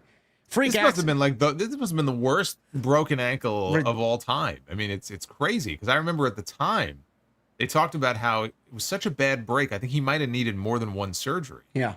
And if you go back and watch it, I mean, dude, it was a simple, and look, things can happen, on such a basic move. I mean, it happens sometimes, but like they had that elevated ramp and it was just a matter of him jumping off the ramp. And how many feet could it have been? Like 5 feet? Maybe not even. I don't even think it was that much. But boy, I mean, he really messed himself up real good, and we're going to be coming up soon enough on a year since that happened. And I don't get the impression he's going to be back in the next couple of months. So by the time he comes back, I mean, for all we know, he could be out close to a year and a half before we see him in the ring again. It's a freak injury, but just think, if they didn't have the elevated ramp that night, never would have happened. Never would have happened. Then we would have got an actual conclusion to the Devil storyline and everything. I mean, it's amazing. If Adam Cole did not get injured, we would. I mean, the whole scene of AEW and the World Championship might be different. Now, it would be crazy to even think about. What a huge what-if situation that was. Derailed all those plans. Obviously, MJF lost the championship to Samoa Joe, and then they went into the direction that they went into with Swerve and the World Championship this year. But Adam Cole, Jason, it is. I love Adam Cole. I think Adam Cole is great. I think after this past injury and him coming back to television for a return, how is the mindset backstage with AEW in regards to Adam Cole? Is there doubt over him coming back? Is there doubt on what he could really give to the company at this stage of his career? Is he a broken commodity? I don't know. What are people think? What are you thinking about Adam Cole and him coming back? Is he going to be the same performer as he was back when we saw him on that tremendous run during Black and Gold NXT? Well, that I don't know, because a lot of that depends on his healing from this injury. Again, like I said, this was a horrendous injury. I would hope that he's able to come back 100% the way he was before. I don't know if there may be lingering issues for him. I don't know if it may be in his own head, if he might psychologically, work differently. I don't know. Do I see him as a broken commodity? I don't see him as a broken commodity. I think that everything I've ever heard about Adam Cole in WWE and in AEW is how well liked he is. And I think that there are a lot of people who are rooting for his triumphant return. I think that when he was healthy, he was having some killer matches in AEW. We didn't have the chance to see as many of them as we should have before he got hurt. Because remember, before this injury, he had what at the time he called the worst injury of his career, that concussion that he suffered at the first Forbidden Door. And he was out for a long time with that too. And they documented some of it on that reality show that they had where, Britt Baker was taking care of him. So he went from the worst injury of his career to the new worst injury of his career. And both of them were fluke things. Like the concussion, it was a fluky thing. The broken ankle, it was a fluky thing. It's not like he climbed to the top of the cage like Adam Copeland and did a stupid stunt and broke his leg. So I don't see him as a broken commodity because both things were fluky. It could have happened to anybody. Anybody could have a concussion at any given moment. Anybody can take a step off of a fucking ramp and break their leg. It happens. So I think that I hope he'll come back 100%. And it comes down more than anything, I think, to luck. I don't necessarily see it as his body failing him. It's kind of like when Punk broke his foot when he did the stage dive. It was a fluky thing. It was a stupid thing. It's not like he broke his foot in the middle of a match because he planted his leg, and he's got a fragile foot. He smashed his leg on a guardrail and he pulverized it. He talked about what a serious injury that was. Now, he's had other injuries since then that make me think he may be fragile because he's tore, his triceps in each arm since then. In the case of Adam Cole, I don't look at him as broken. I just hope that when he comes back, he's only one injury away, I think, from getting that label that you don't want to have, that injury-prone label. I wouldn't call him injury-prone yet, but I do think that when he comes back, he's got to really try as best he can to avoid it, because look at Keith Lee. If you asked me that question about Keith Lee, I would have a different answer for you. Yeah. He's had a lot of health struggles going back to when he got COVID, but I think he had like a double knee operation. Keith Lee is someone who I look at, and unfortunately I look at him and I go, you know what? Injury prone, body seems to just not be cooperating and failing him. Is he broken? Is he washed? He might be. I don't look at Adam Cole the same way. And I hope he can come back healthy, because I think he could be a huge asset to that company as a heel or a babyface. And I want to see him succeed because he just seems like a really genuinely good human being in a business where you have some people who are not genuinely good human beings. And I want to see him do well.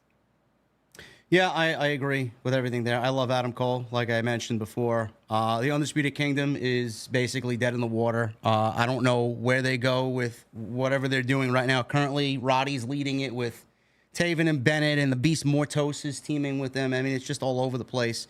Cole coming back. I mean, you got built-in matches with MJ. I'd like to see another match with MJF. I don't know if they will revisit that, possibly, but I'd love to see it.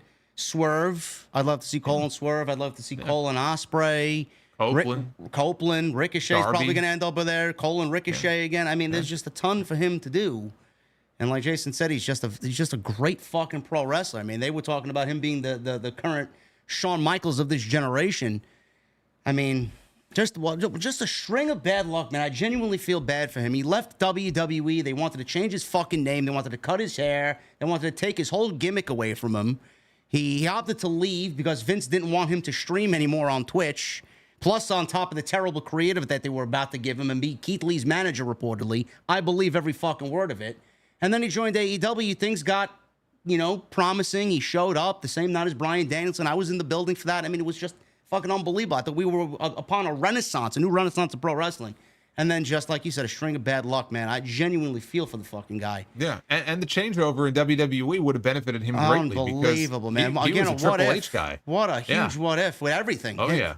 Remember that one SmackDown where the crew got delayed coming back from Saudi Arabia, Yes. and SmackDown got invaded by NXT. You What a remember the main show event that that was, night? man. Holy shit, what a show that was. Yeah, and the main event that night was Adam Cole pinning Daniel Bryan in the main event of that show. He was a Triple H guy going back to the black and gold days through and through. And if he were there right now and healthy, he would be thriving. So when he left, it just so happened that not long after he left is when we had this huge change at the top of WWE. And you talk about unfortunate. It was unfortunate timing because had he stayed, like LA Knight, for example, right? He benefited from that changeover, got his name back. He's one of the biggest stars they have. Adam Cole, I think, would be in a similar position right now had he stayed. Do you see him eventually ending up back there? Do you think after this current run in AEW, he says, you know what? I'm going to go back and try and relive my former glory that Triple H had for me. I'm going to go back over there. What do you think of that? Yeah, I think so. I think I absolutely see that, and I think they'd love to have him. I think that Triple H and Shawn Michaels love him. I think they love him to death. And even if, let's say, physically he gets to a point where he has another injury, his body is just, failing him, he could be such an asset to them in so many other ways. I mean, I could literally see him doing almost anything. Like if they wanted him to be a coach, if they wanted him to be an agent, if they wanted him to be a commentator, if they wanted him to be a manager, funny enough, he could do it all. I feel like he could make that work and he could probably excel in any of those roles. So I think they'd be crazy not to want him back. And yeah, I think we'll see him back there one day. I personally hope so. I'd love to see that.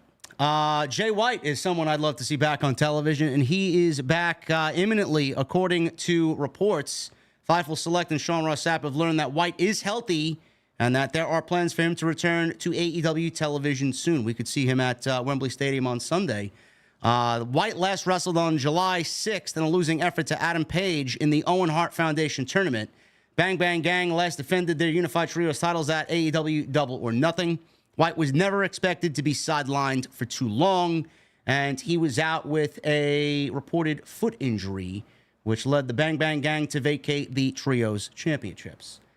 Jay White, I love Jay White. I think he has also been the recipient of bad booking. I thought they might have been turning a corner with him, Jason, in the Continental Classic. I thought he had a tremendous Continental Classic. I felt like, all right, you finally got your Jay White that you wanted. I mean, I thought the work with MJF was great, too. I thought that whole feud was really good. The match was good. Him going into the Classic, he put on some banger matches, and then coming out of that Classic, it's almost like they didn't really know what to do with him. He kind of, he was in limbo creatively.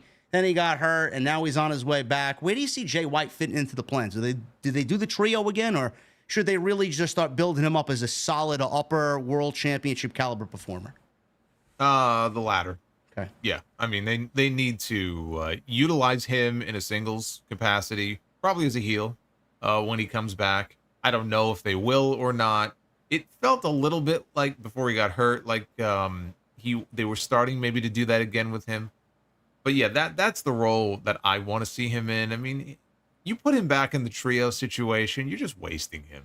I mean, I'm sorry. He was one of the big names in New Japan. I can't tell you how many people, by the way, who listen to my show, who didn't necessarily consider themselves New Japan fans. And maybe they didn't know a lot about Jay White. When I was talking about, at the time, what's he going to do? Who's he going to sign with? He might leave and go to WWE. And there were people who said, what's the big deal with Jay White? I don't get it. I don't see it. I don't get it. And I would tell them, I used to be you, okay? Because there was a point in time, and I'm kind of like that even with David Finlay a little bit, or I was, where I didn't get it either. I didn't necessarily see the appeal a few years ago until I started to really watch him. And then I got it. He's just a really great performer and a really slimy, shitty heel. Yeah. But I mean that in the best possible way. So I became a Jay White fan, even though I wasn't necessarily one at first. And I became a Jay White fan not because he was in a trio or a tag team. He was the IWGP World Champion, and held other titles as well. And he was matched up against, some of the best single stars in the entire world. and that's really where he thrived. I'd like to see him do that again in AEW. There's any number of people he could be working with. He could work with Ospreay. He could work with, Darby again. I know they had a little thing going there for a while. Anybody. Copeland, right? You could plug him in there with anybody. I hope when he comes back, he'll still be a part of the group, but let's get him in a solid singles feud. Yeah, I was in the same boat as you. I was never a Jay White guy. Jay White's made an appearance for House of Glory, but that was before the Switchblade era, and I'm like, I'm not a fan. I didn't really see had much him back. Yeah, we had him back. Yeah, well, that's when he was like in his final form. So, or at least nearing his final form. But like you, I watched those New Japan shows that, had him on it, and everybody was like raving about, you got to go watch these shows. So I stayed up some of those nights till fucking 5 o'clock in the morning. I watched those Wrestle Kingdom shows, and I seen Jay White, and I'm like, just like you, I'm like, I like this guy. I like his makeup. I like his style. His prick-like behavior. He had everything going for him. Then he came over to AEW. I'm like, this is a fucking winner right here. I don't know why you're not slotting him at that main event level. The Bang Bang Gang or the Bullet Club Gold, whatever you want to call them, I think they have so much promise. You want to do a trio with the Guns and Juice? You got it. You got tag team and the Guns? Do it. Jay White should be away from that, like Jason said. Absolutely at the top of the card. They can't have too much talent at the top of the card. I think he's perfect there. Hopefully Tony knows what he's doing when he comes back, because anything else is a fucking waste. Yeah, and again, you have a group like that with 4 guys in it, and it would make sense for them to go after the tag team titles, the trios titles, and let Jay White be the guy to go out there and go after the TNT title or go after the World Championship, so you can bring all the gold into the group. To me, that would make the most sense. Even though Jay White's a great tag team wrestler with Juice, those matches with FTR were fucking bangers. But singles is the way for Jay White. Saraya, she's got a contract coming up next month. She could be out of the company. This was news as of yesterday, formerly Paige in WWE, as you guys know. The nature of the option years has been up for debate internally, as sources claimed each side held them. However, we can confirm, says Fightful, that the two sides have at least been in talks regarding extending the current deal for at least a year, whether it will be a new contract or the option being exercised. Saraya became AEW World Champion at All In, but lost the championship to Hikaru Shida just a few weeks later. She was forced into retirement for nearly 5 years, if you guys remember, due to a neck injury. Saraya noted in 2022 that during a conversation with Triple H upon her departure, the door was left open, and it was the previous regime's decision not to bring her back. Now, while Saraya doesn't officially have a match at All In, she will be wrestling on Wednesday night in Cardiff against Toni Storm for the AEW Women's Championship. So that is the latest there with Saraya. She will not be at All In. I was very excited for her arrival in AEW, Jason. Not completely, not over the moon excited, but I did see the vision, what she could bring to the table. If she was ready to go in the ring and be a semi-part-time talent and maintain health, I thought she could add a lot to the division. But creatively, they've dropped the ball with her. Outside of the All-In win last year, and she won the championship in front of her family, it's probably the most memorable thing she's done. At this stage of her career, I don't necessarily know if bringing her back in a wrestling capacity is the right move to make.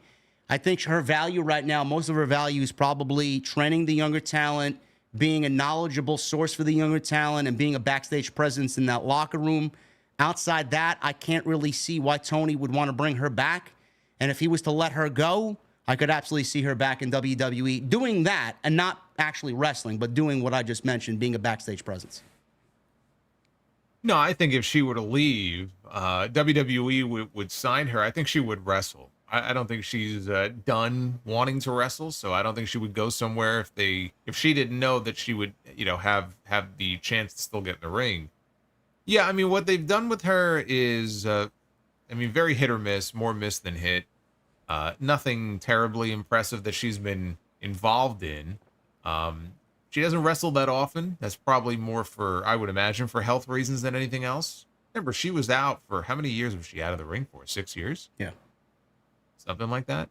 So she's like a Daniel Bryan or an Adam Copeland who probably thought, okay, my career is over. I may never be able to do this again. I mean, they're telling me they will never clear me to do this again. And here in this other promotion that didn't even exist at that time when she first got hurt, she had the chance to come back, and she won a world championship in her home country last year. That's where she peaked. That was her big moment. And I'm happy for her that she had that moment, but you know, the division as it currently is right now in AEW doesn't need Saraya. I mean, they've got, more than enough talent. There just doesn't seem to be a role for her. I think if she were to leave or if Tony Khan was to let her contract lapse, I don't think it would be a major loss, certainly as far as creatively. Now, I don't know what she brings to the table behind the scenes. She may be well liked. Maybe she counsels other talent.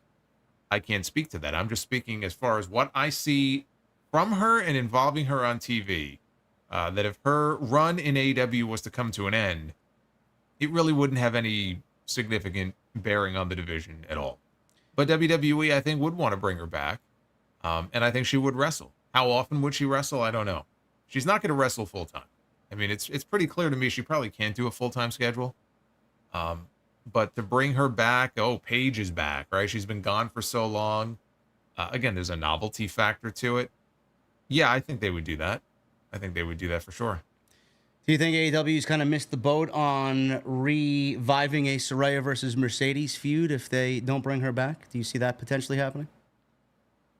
I mean, it seems like something that should be done, but I mean, Mercedes only just came in a few months ago, so I don't know what her contract status is. I don't know what the future holds for her. I don't know if she's thinking about leaving or where her head is at. If she's going to be around, I would think they have to do that at some point, but they're both, as far as I know, she's still a heel. So they're both heels. Now doesn't feel like it would be the right time. If Saraya was going to be around for another year, then I think at some point you have to do it. You have to draw on that history together and the injury, which she does not blame Mercedes for. No, but you can the fans blame Mercedes, not Saraya. Well, some of the fans are idiots though.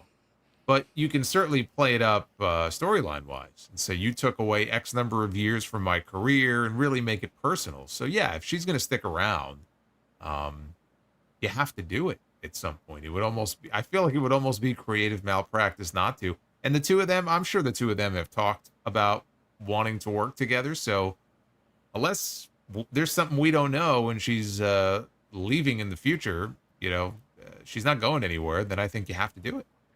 Yeah, it's crazy that when she first got there, we got the Outcasts, and I genuinely thought that what they were building towards in that year when she had formed the Outcasts, I thought we were going to get the first ever women's blood and guts match, and we didn't. And I feel like that boat has passed, and I haven't really felt a sense that they would venture back to that. I felt like that was the ideal time to do it, and we may still get it in the future. We don't really know what the future holds, but I think at that point they were building to that, and I was very on board with that if they were actually going to book it right, but it never came to be. Yeah, I mean, that was probably the last time that I would have considered there being like a feud or a program worth doing a women's blood and guts. Because I even feel the same way about men's blood and guts, where if there's a good story for it, then all right, let's do it. Survivor Series this year. They're going back to War Games, and that's going to be the annual gimmick now. But if they're going to do like a Bloodline Civil War, that's, tailor-made for War Games, so it makes sense. But if there was a year where it's like, all right, well, there's nothing really going on, and we're just going to put a bunch of people together because we have to do a War Games match, I might not feel that way. So if and when we get to a point where there is, a lot going on in the women's division and they have enough women to do two teams and it feels like, okay, this is the right time to do a blood and guts match, then I'd love to see it. But I haven't really seen anything since then where it's like, oh, they have to do a women's blood and gut. Like, did you feel like this year they had to do a women's blood and gut? I feel like Tony Storm and Mariah May could have their own blood and guts match. Like, that feud is so deeply personal. Maybe time-wise, if it had worked out a little bit differently, they could have captained their own teams. But I don't know. It hasn't really hit me the last couple of years. Like, oh, okay, this would make sense for a women's blood and guts match. Well, that's the way I'm feeling right now on WWE television. I know we're going to get a men's and women's War Games match. I hope not. But that Pure Fusion Collective is going to end up being in the War Games match. And man, I can't wait for that. Oh, God. Sonya, I don't know. Sonya has not in the ring looked great since she came. I know she missed a long time, so maybe it's just ring rust. But yeah, she's got to she's got to kind of get back into the swing of things there. But yeah, don't get me started on the Your Fusion Pure Garbage Collective. Sounds like a new fragrance or something that they're releasing in Macy's or something. Oh, man. All in. Super chats. I see you guys. Jericho, 8131 with a $20 super chat. Get those super chats in, guys. We will hang out with you at the end of the show. Check in the chat. We got almost 2,200 in here. Thank you guys for coming over. I did see some of you say Joe Hendry versus Ethan Page at No Mercy for the NXT title. That's going to be very interesting to see play out. But wouldn't that be something if he won the NXT championship before he ever won the TNA championship? You know what, man? He's under contract with TNA. I wouldn't even be surprised. I wouldn't either. I'm just saying it would be funny to me if it worked out that way.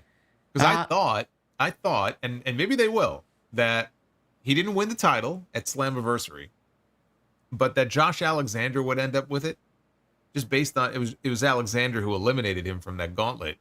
And maybe they were saving a Joe Hendry win for Bound for Glory in October. And maybe they are.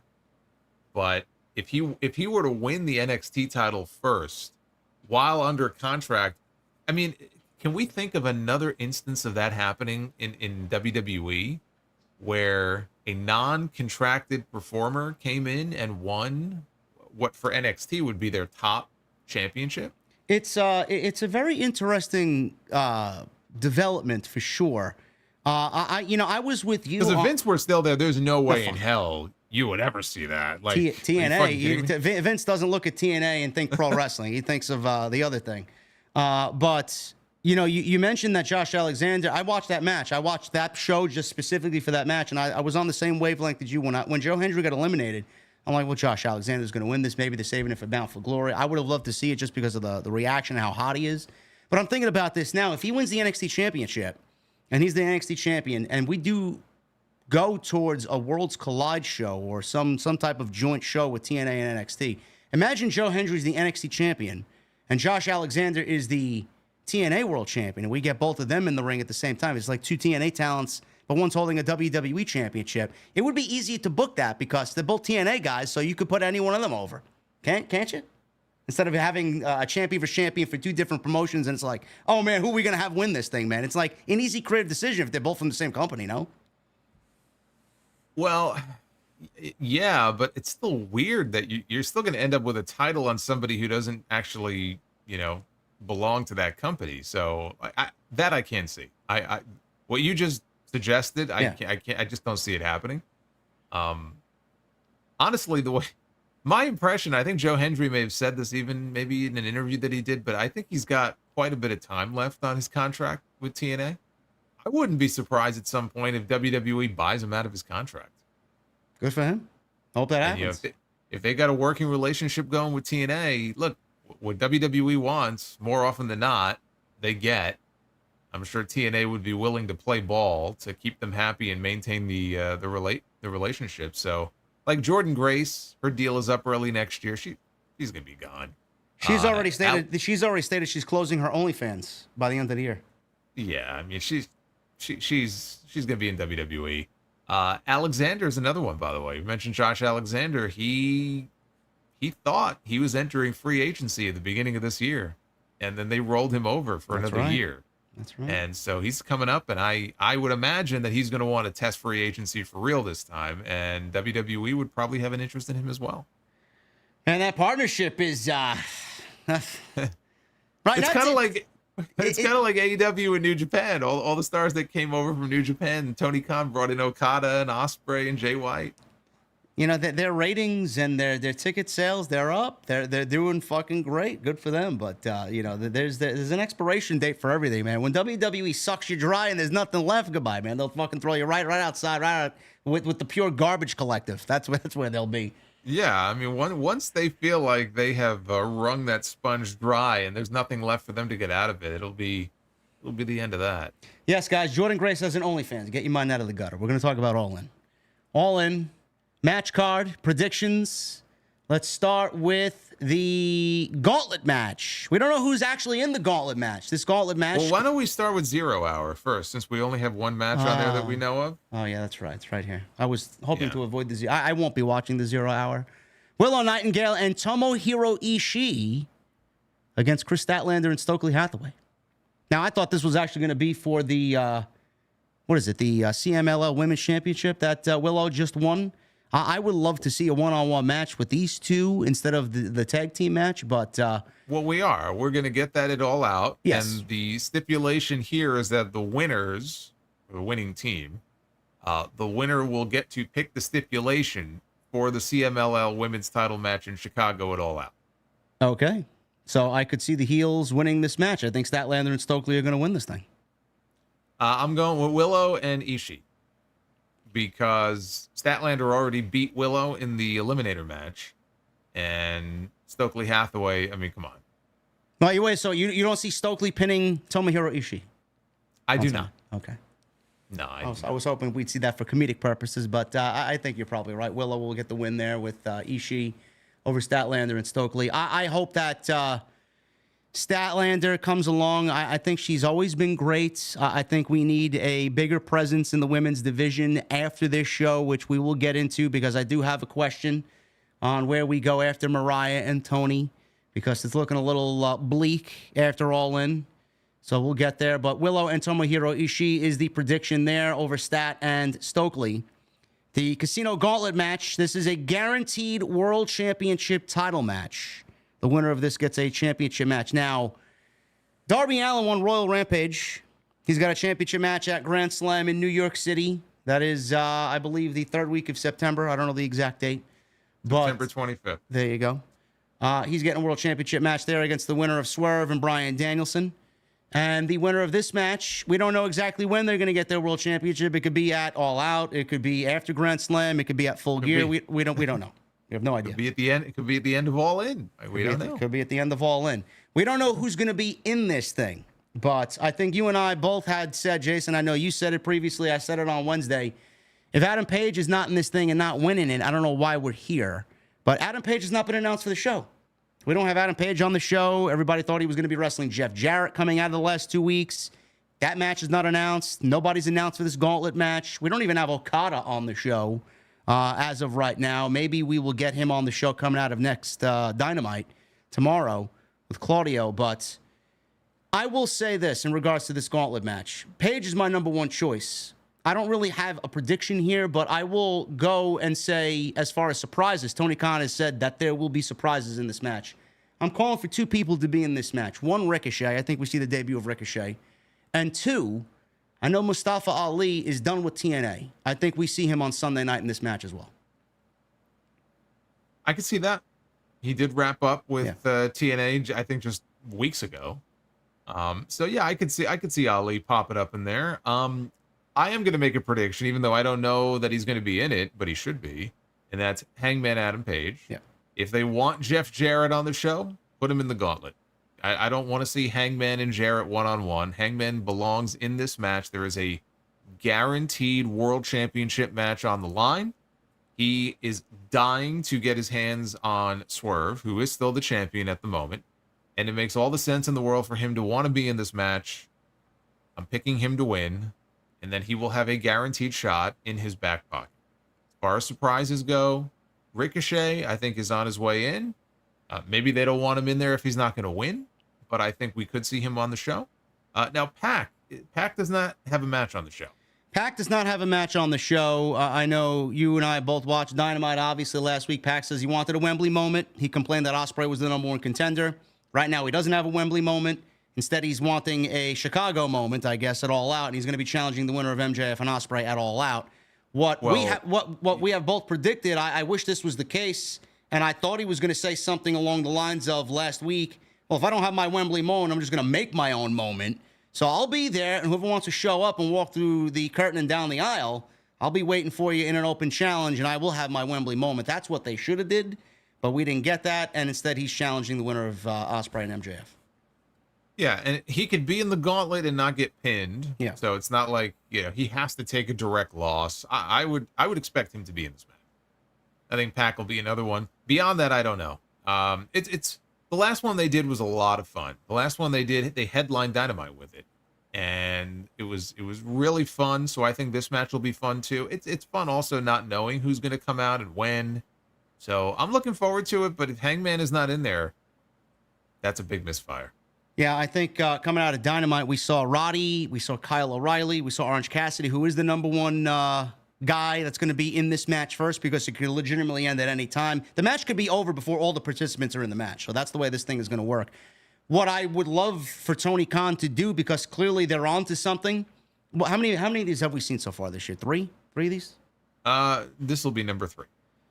I mean, the first one was for a shot at the international title at Double or Nothing. Yeah. The second one was for a shot, I believe, at the world title. So this is the third one of its kind. I would love for them, because clearly they're onto something. Clearly they think they have something here.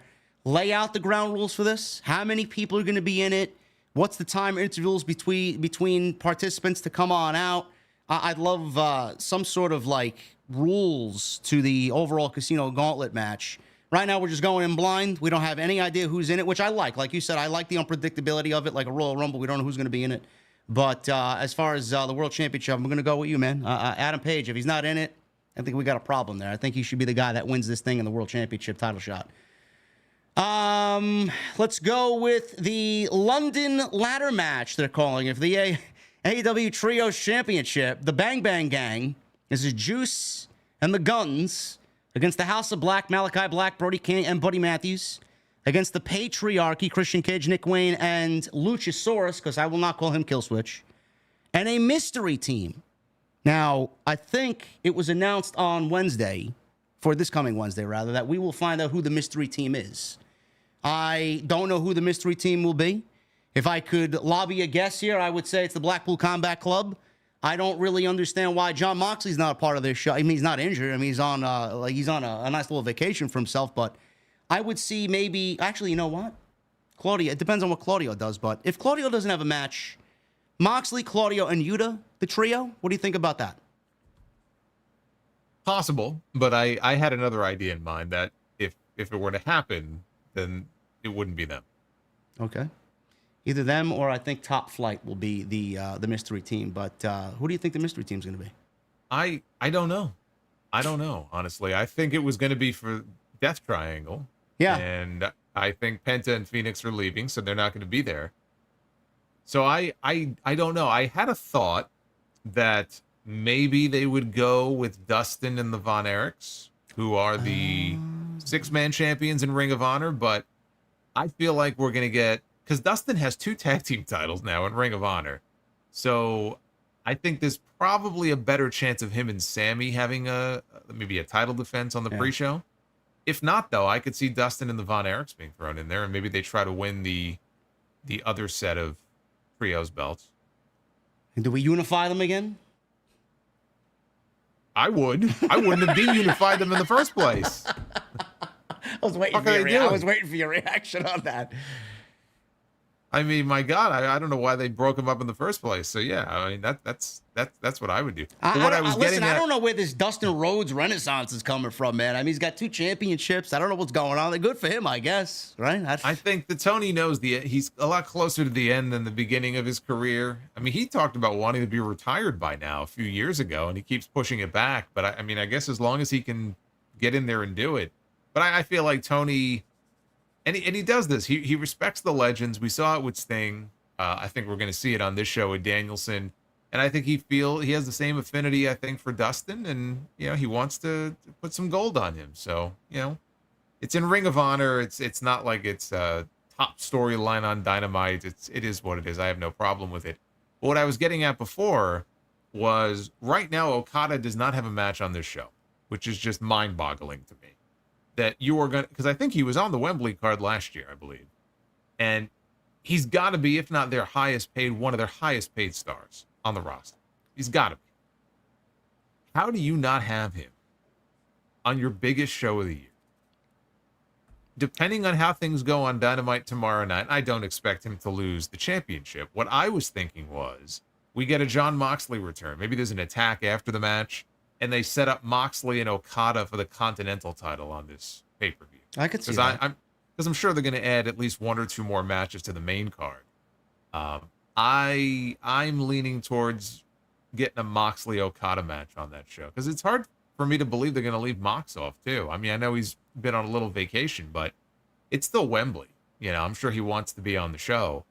So that's my prediction, is that we get Moxley and Okada for the Continental title, and Okada would win if they do that. Well, in total, we have 9 matches listed here, so I could absolutely see For the them, main card? Yeah. Or all together? This is not including the 0 hour. 9 matches on the main card. I could see them absolutely adding a 10th. Yeah. And especially with those 2 names, that's what I'm thinking. I guess as far as the winner of this yeah, I was gonna say. Yeah. So as far as this match goes, I'm going with the Bang Bang Gang to get the belts back. I was actually going to go with the Patriarchy. I don't know why Christian would lose these championships after he made a nice promise that he will hold these championships and go on to win all the other major championships at the same time. Well, he's not going to do that. No, he's not going to do that. No. So, I mean, they just won the championships. They're going to take them off them again. Does it matter? All right, you got me. Questioning me about the trios titles? Like, who? Listen, man, if it's up to me, I'd burn the fucking trios titles. So with what they did to the tag team division, all these teams should be in the tag team division, man. What are we doing?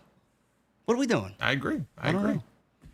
Speaking of the tag team, I'm going with the Patriarchy. Jason's going with the Bang Bang Gang. I know you love that name.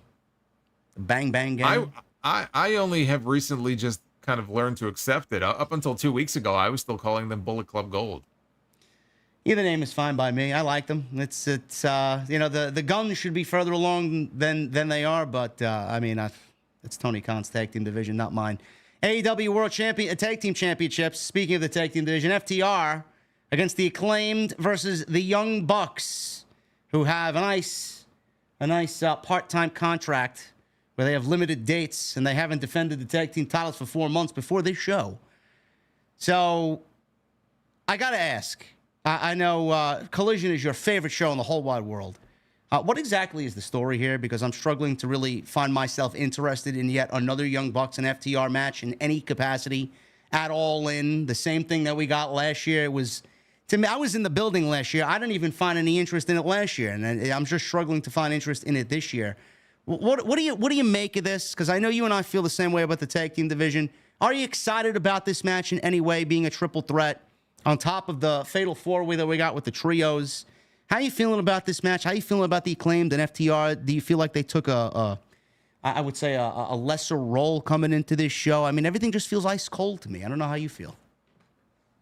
Yeah, no, I'm not excited about this match. No. And I think because my expectations aren't low and that I think it's going to be a bad match.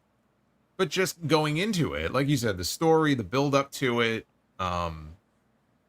Bucks have been tag team champions now since April, and they were doing this story where it's almost like, hey, we're going to have all the titles and hold them hostage, and we're running the show now, and oh, what's AEW going to do? And it's like, here we are now in August, and it's like, they're just another team on the roster. They're tag team champions, and, it doesn't feel like anything special. It doesn't feel like there's this great sense of urgency where, oh, we've got to get the titles off the Bucks. He who has the titles has the power. It's just another match. We saw them together at All In last year. We saw them together at Dynasty in April. And it's kind of like the New Day and the Usos. The New Day and the Usos, they had a lot of really great tag team matches together. But you do get to a point where when you see something enough times, you get sick of it. And you want to see something new. And that's where I'm at right now with this whole situation here. It's not that the Bucks and FTR are going to have a bad match. It's just not a match that I find terribly interesting anymore. And throwing the Acclaimed in there is their little wrinkle because, oh, now we're throwing a third team in there. That doesn't make me any more excited. And in fact, I think the Young Bucks are going to retain. So at the end of all this, I'm not even sure it's going to matter because I think they're probably walking out with those tag team belts too. Yeah, it's gotten to a point where I don't know what the end goal for this elite angle is. I'm struggling to figure out what the end goal is, what their whole, dynamic is with AEW, overtaking AEW. Do you feel threatened by the Young Bucks or the Elites overthrowing Tony Khan? I mean, we've discussed this countless times. It just doesn't feel like they care. There's no effort into it. There's no story. But as far as the Acclaimed, you could go back. Jesse and I documented this. You could go back to their feud with the Guns, where they took the belts off the Acclaimed and they had that whole angle going on where it felt like Billy Gunn was going to turn on the Acclaimed and join his sons again. I feel like they from that blunder creatively, Jason. I don't know if the Acclaimed really recovered from that. I just felt like they've been on a downward spiral ever since. So as far as they're concerned, they were the hottest tag team in the entire industry at one point. I think they are fastly fizzling out. FTR, I don't know where they went wrong. I feel like they have gone downward as well. You know, FTR and their social media antics, or Dax in this case, and his rah-rah speeches don't really help the cause, because I think more people are getting a little bit more upset with that than they really want to believe. And then the Bucks, you know, I feel like FTR is only in AEW to feud with the fucking Young Bucks, like to lose to the Young Bucks. Like it's really sad. And I don't want to make correlations to the WWE tag team division when Vince was there, but that's what it certainly feels like. You mentioned the New Day and the Usos. Those are the only two prominent tag teams in the entire division. Everybody else was like, all right, there are other teams there that are just there to exist. These are the only three teams, to me, in the traditional tag team division that matter, and that's a problem, and I don't know how we fix that. But when you look at the trios division, look at all these great teams that you got there. You got the Guns. You got the House of Black. You got the Mystery Team, which could be any fucking team. It could be Blackpool Combat Club. It could be Top Flight. It could be you had the Lucha Bros. The Lucha Brothers. Up until recently. You got. I mean, why haven't they put a greater effort behind Private Party and Top Flight? Again, they have these other teams, these younger teams that they don't really seriously push them, or when we see them, they're probably on Rampage. You know, they're not anything that I would consider to be significant. They've had all this time that they could have built up some other teams, and they just haven't done that. So just, again, like with the Acclaimed, it just feels like they've been treading water for so long. Their level, they're still over, but their level of popularity, they're way off their peak from like a year ago. FTR, I would argue maybe even the same thing with FTR. They've definitely cooled off a little bit from when they were at their peak.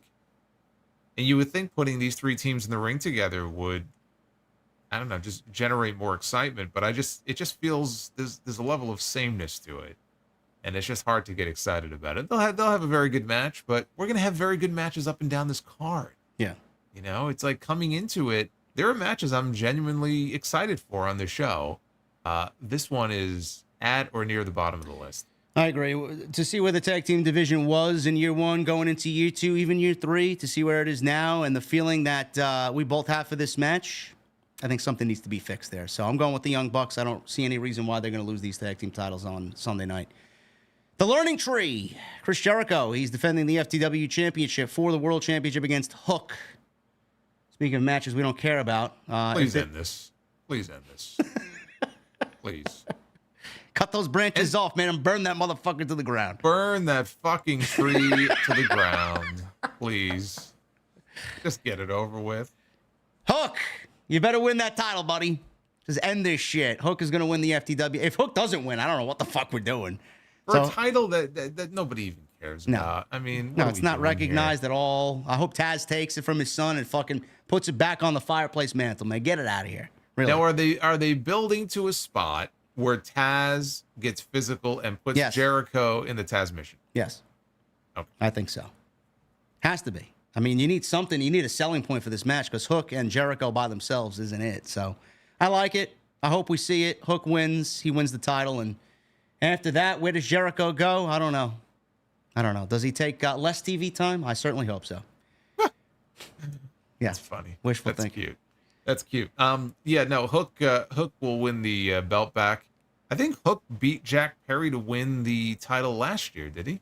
Didn't he? Was it the FTW title that he won? That was the match that kind of sparked the whole brawl. Was it for the title? I know they had a street fight. I don't know if it was for the title or not. It might have been. Let's look it up. I'm trying to remember now if Jack Perry had the FTW title and if that's what was on the line in that match, because I feel like it. Let me see now. Now I'm curious. I'm looking it up. Let's see. Yeah. Hook defeat. Yeah, it was an FTW rules match. Yeah, there you go. Hook defeated Jack Perry. FTW rules or FTW title? FTW rules for the FTW title. Okay. Hook defeated Jack Perry in 8 minutes on the pre-show. So here we are a year later, and Hook is still fighting for a title that isn't officially recognized by AEW.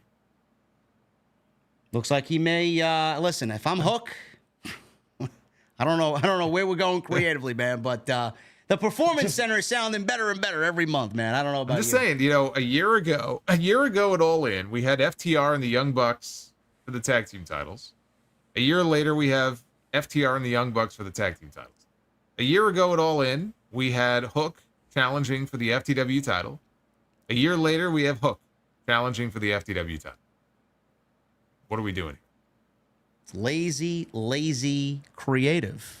Last year, we had a coffin match, didn't we? We had a coffin match last year, too? We did. We had a tag team coffin match. And this year, we have a coffin match for the TNT Championship as Jack Perry unveiled a new championship, which I got to admit, my guy Jungle Boy is the Blacksmith of the Year. Fucking awesome looking title. And the way he went about creating this thing, he fucking made it into his own with his own bare hands. If you guys want to go see what I'm talking about, it's on his social media. It's on his X. He's defending that championship against Darby Allin. And it will be a coffin match. Now, I said Jason, and listen, I think a coffin match with these two is going to be great. I thought this is one of the matches I'm genuinely excited to see on Sunday night. But there's a little inkling of me that feels like every time we get to a show like this, in a situation like this, with a Darby match, it's always got to be some fucking wild spectacle, which is always, it's great, don't get me wrong. But I think, again, like you mentioned before, the sameness of some of these matches and the sameness coming out of last year's show into this year's show, I feel like we've seen a lot of coffin matches with Darby before, up and down AEW's 5-year history. Is it a situation where they've done it a little bit too much to ruin the specialness of it, or is it something that you don't really mind in this case with Jack Perry and Darby Allin? No, I don't mind it. And Darby actually, at least he offered an explanation for why we're getting a coffin match. I mean, he was on a podcast this week, and he brought that up. He said, people ask me why a coffin match, why so extreme. He said, I've already set this guy on fire. I've already bloodied him up inside of a cage. He goes, I don't want this to be a prolonged feud. Like, I want this match at Wembley to be it. One and done. And that's why we're doing a coffin. Okay. Like, that makes sense to me. And I'm okay with them not prolonging this and doing a whole bunch of different matches. So I'm actually looking forward to this match. I don't expect Darby to win. Especially now, I mean, it would be kind of a sin, for Jack Perry to go through all that work to create that wonderful looking belt and then just lose it at Wembley. That wouldn't make a lot of sense to me. Plus, Darby is challenging for the World Championship in a month at Grand Slam. So it is a little weird he'll lose here and then get a World Championship match and probably lose there as well. But yeah, I'm going with Jack Perry to retain. Darby has a bigger match coming up than this. Yeah, I also feel like as far as the Elite storyline is concerned, I feel like there's something in regards to Jack Perry still holding his championship, the TNT title, the Young Bucks retaining the tag team titles, Okada being the Continental Champion. And I don't know if Adam Page is really considered part of the Elite. I would say he is, I guess, quote unquote, kind of. No. He's got kind of a loose allegiance with them, but he's not part of it. Yeah, I was thinking more along the lines of when he goes after the World Championship, he loses, and when he loses to Swerve, I feel like he'd be the odd man out there, and maybe we start to see the babyface arc of Adam Hangman Page later on in the year going into 25, but maybe I'm getting a little bit ahead of myself. But as far as Jack Perry retaining, that's what's going to be. I feel like them holding all the championships until we figure out what the story is here and the end goal of this Elite angle is, I think they all need to be on the same page, so I'm going with Jack Perry there. Should be a great match, and I'm very excited about it. The AEW American/International Championship, Will Ospreay will be challenging champion, our American hero, Maxwell Jacob Friedman, MJF, for the American Championship. This is, to me, the match of the night, in my honest opinion, and I do think this goes one of two ways. One, we get Will Ospreay beating MJF clean, and he wins the American Championship back, and Will Ospreay goes on to wrestle Pac at All Out. Or we see Daniel Garcia show face. He screws over MJF, helps Will Ospreay win, and we get MJF versus Daniel Garcia and Will Ospreay versus Pac at All Out. Either one of those two situations, but in the end, I think Will Ospreay wins back the International Championship. Yeah, Will Ospreay is my pick, and I think it goes down one of those two ways. It really boils down to what does Daniel Garcia want to do? Does he make his mind up? in the next week about whether he wants to stay or leave. I don't know that he will make his mind up that soon. If he chooses to stay and they've got him locked down, then I think he plays a role in MJF losing that championship. But I think either way, Will Ospreay is not going into, and remember, he lost to Swerve at Forbidden Door. I don't think, and then of course he lost to MJF on TV. I don't see him going into Wembley in London and losing another big match. No. I can't imagine that he just goes in there and loses. No. So he is going to win that championship back. He is then going to go on to All Out and defend the title against Pac. And as far as MJF is concerned, if Garcia chooses to come back, he can feud with MJF. If not, MJF will likely just move on to someone else, because I don't think they're going to, I wouldn't think they're going to prolong it. And I mean, they could do a third match, I guess, with him and Ospreay if they wanted to, maybe a Grand Slam, but I don't think he's leaving with that title. Now, let me ask you this. If he doesn't, does he still walk around with the American Championship, which I think is another title that actually, it looks good. It's a good-looking belt. Does he continue that gimmick and say, okay, he may not be the international champion, but because it's not like we don't already have other titles that aren't officially recognized. Everybody's got a fucking title in this company. Does he continue to defend the American title? I would say yes. If I was the one with the pen, I would keep this gimmick. I think MJF is very entertaining under this gimmick, especially with election season coming up. In fact, I actually like the American Championship better than the International Championship. For some reason, I think it's a better looking title. I think it makes more sense. I think the International title is very similar to the Continental title. They both basically mean the same fucking thing. What's the difference between the two? But that's the thing. Like, if they do this, because I'm also like, I'm okay with that idea, but do we really need an international title, a continental title, and an American title? I mean, is that we don't need half the fucking titles in this company. I know that. I mean, I wouldn't be surprised if Tony Khan creates a cruiserweight title put on fucking hologram on Saturday nights. There have been rumors off and on about women's tag team titles that he wants to add. I mean, it could happen. Hand me the fucking Jack Daniels, man. Let me drown my fucking sorrows in it, please. That's awful. It could happen. I don't know. I don't know where we go if MJF loses this match, who he wrestles next, who he feuds with next. I'm sure it'll be fine, whoever that name is. But my question is, I got to ask you, Jason, because I find a problem with this, and this is the logic gaps that I find to be a problem with the AEW product sometimes. We've seen this feud built around the Tiger Driver. And Will Ospreay hasn't used the Tiger Driver since he used it on Bryan Danielson at Dynasty. And he failed to use it against MJF to win that 60-minute classic that we saw on Dynamite a few weeks back. And now they're really building it up like MJF is pushing him to the brink. He's got to do it. Otherwise, MJF is going to fucking do whatever he's got to do to win this match. But the thing is, they're making it out to be such a huge part of this story. And if they want to sell me on the Tiger Driver being this devastating move that puts people out and it injures people, and he doesn't want to use it because of how devastating it is. Meanwhile, Bryan Danielson took this move at Dynasty. He was convulsing in the ring, and then two weeks later, he shows up and he's wrestling in a fucking Anarchy in the Arena match. But I'm supposed to believe the Tiger Driver is this devastating move that nobody can fucking come back from, but Bryan did. I don't understand. How am I supposed to believe in that, man? I know it's an oversight. They probably didn't think of it during this build, but I go back to that, man. That's the one thing I focused in on, him convulsing at the end of that match, and you want me to believe in this move being that devastating. Do you have a problem with that? Yeah, I mean, it's a minor issue. I mean, it's not going to prevent me from enjoying the match or anything like that. It's one of those kind of minor annoyances, but to me, it's no different than the Young Bucks dropping Tony Khan on his head, and they sell this huge injury angle, and Shad Khan comes out to check on his son.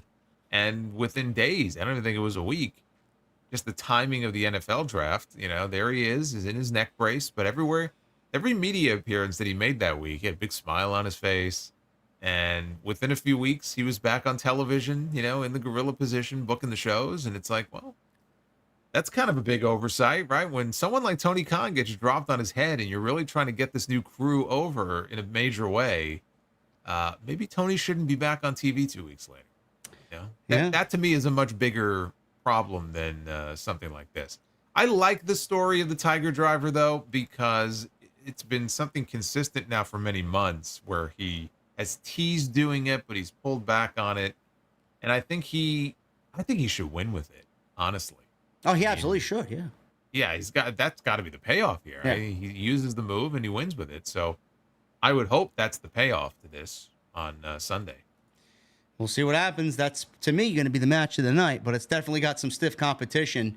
TBS Championship, Britt Baker versus Mercedes Moné. This feud peaked with Britt's return babyface promo telling us where she's been for the last 10 months and interrupting Mercedes on Dynamite when she did return. I thought the interaction between the two on that specific Dynamite was very good stuff. And since then, Jason, they have absolutely dropped the ball with this. I've been very critical on my end in regards to this feud.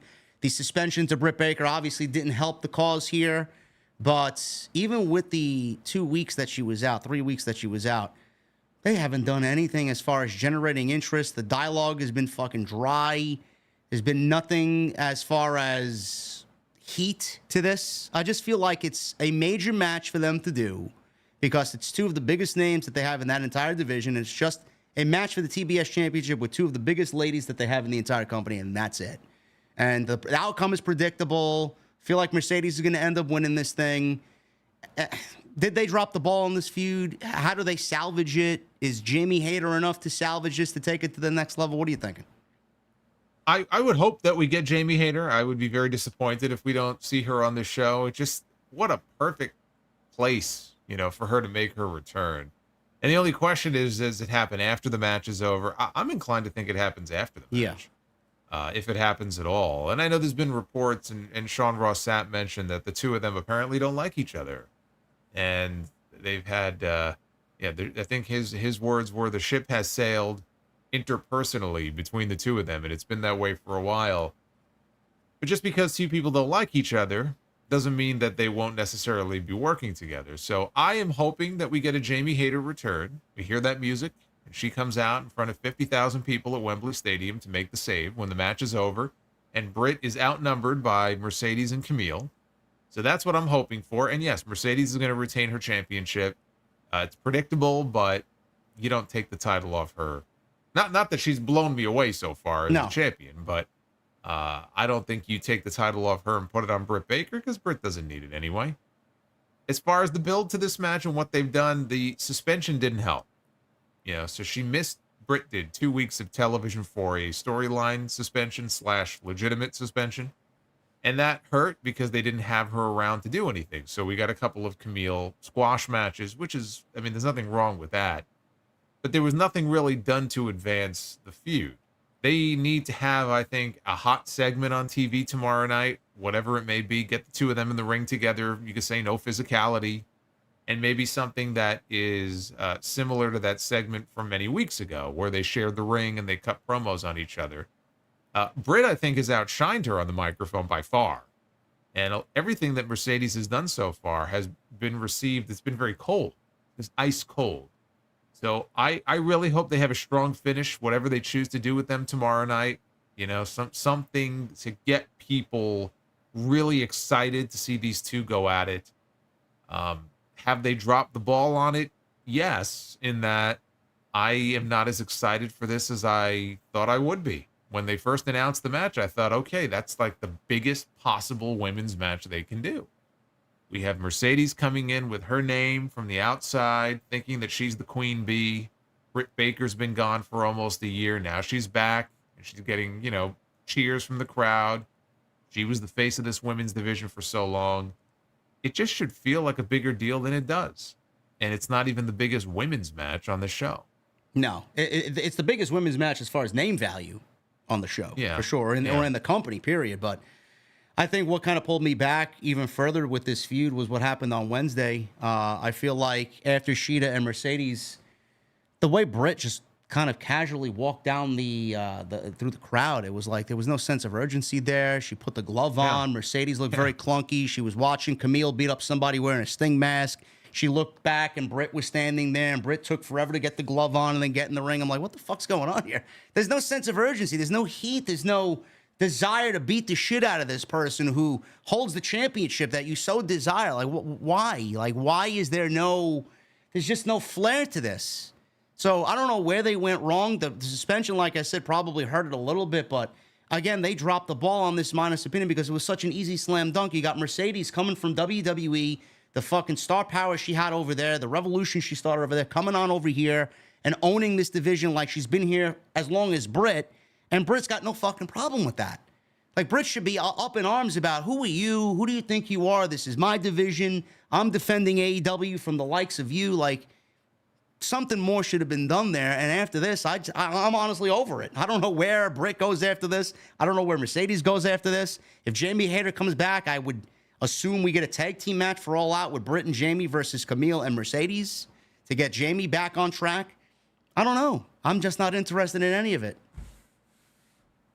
Yeah, like I said, I'm the biggest thing I'm hoping to get out of this is a Jamie Hayter return. Yeah. So I don't know what that says about the match. That's the part that I'm looking forward to the most. Somebody showing up who may not show up. But at least if we get Jamie Hayter back out of it, we'll get something out of it. And for Mercedes, this is obviously the biggest stage she's had since debuting. Remember, her first appearance in this company was technically Wembley a year ago. She was in the crowd. Yep. And now she's actually on the show, and apparently she's going to have some kind of spectacular entrance. She had said in her newsletter, I think, that she started coming up with concepts for an entrance a year ago when she was sitting in the crowd. So she's got something planned, that probably something WrestleMania-esque. I hope the match delivers. I really do.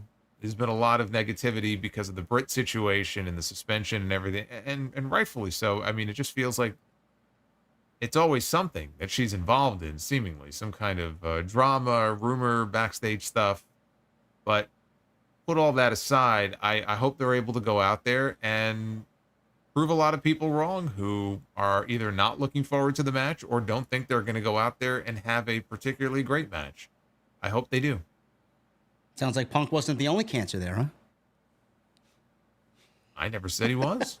I didn't say he was either. I don't know. I mean, there may have been some people who said that, but I certainly wasn't one of them who said he was the only problem behind. In fact, I was pretty adamant after he got shit canned that that doesn't solve all of their problems because they have other issues behind the scenes, as we have seen since then. Yeah. I don't know where Mercedes goes after this, but hopefully they right the ship with her because I've been less than enthused about her current AEW run. But what I am enthused about and what Jason is enthused about is this next match, which a lot of people are looking forward to because it is the greatest women's championship feud in the history of the company. And there will be blood.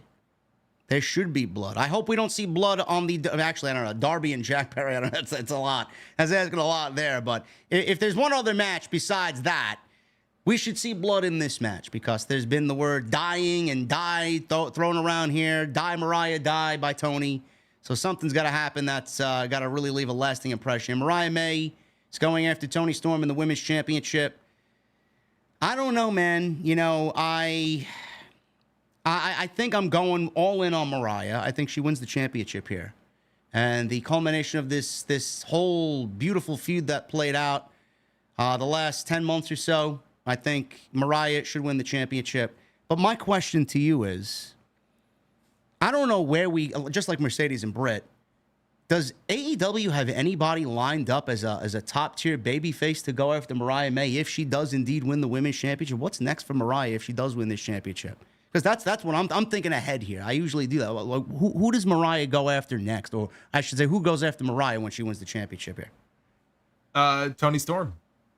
Oh, you continue the feud. Oh, there's no way. There's no way this is going to be the only match between them. And I don't know if they turn it back around 2 weeks later at All Out. Maybe they wait until Wrestle Dream. But yeah, no.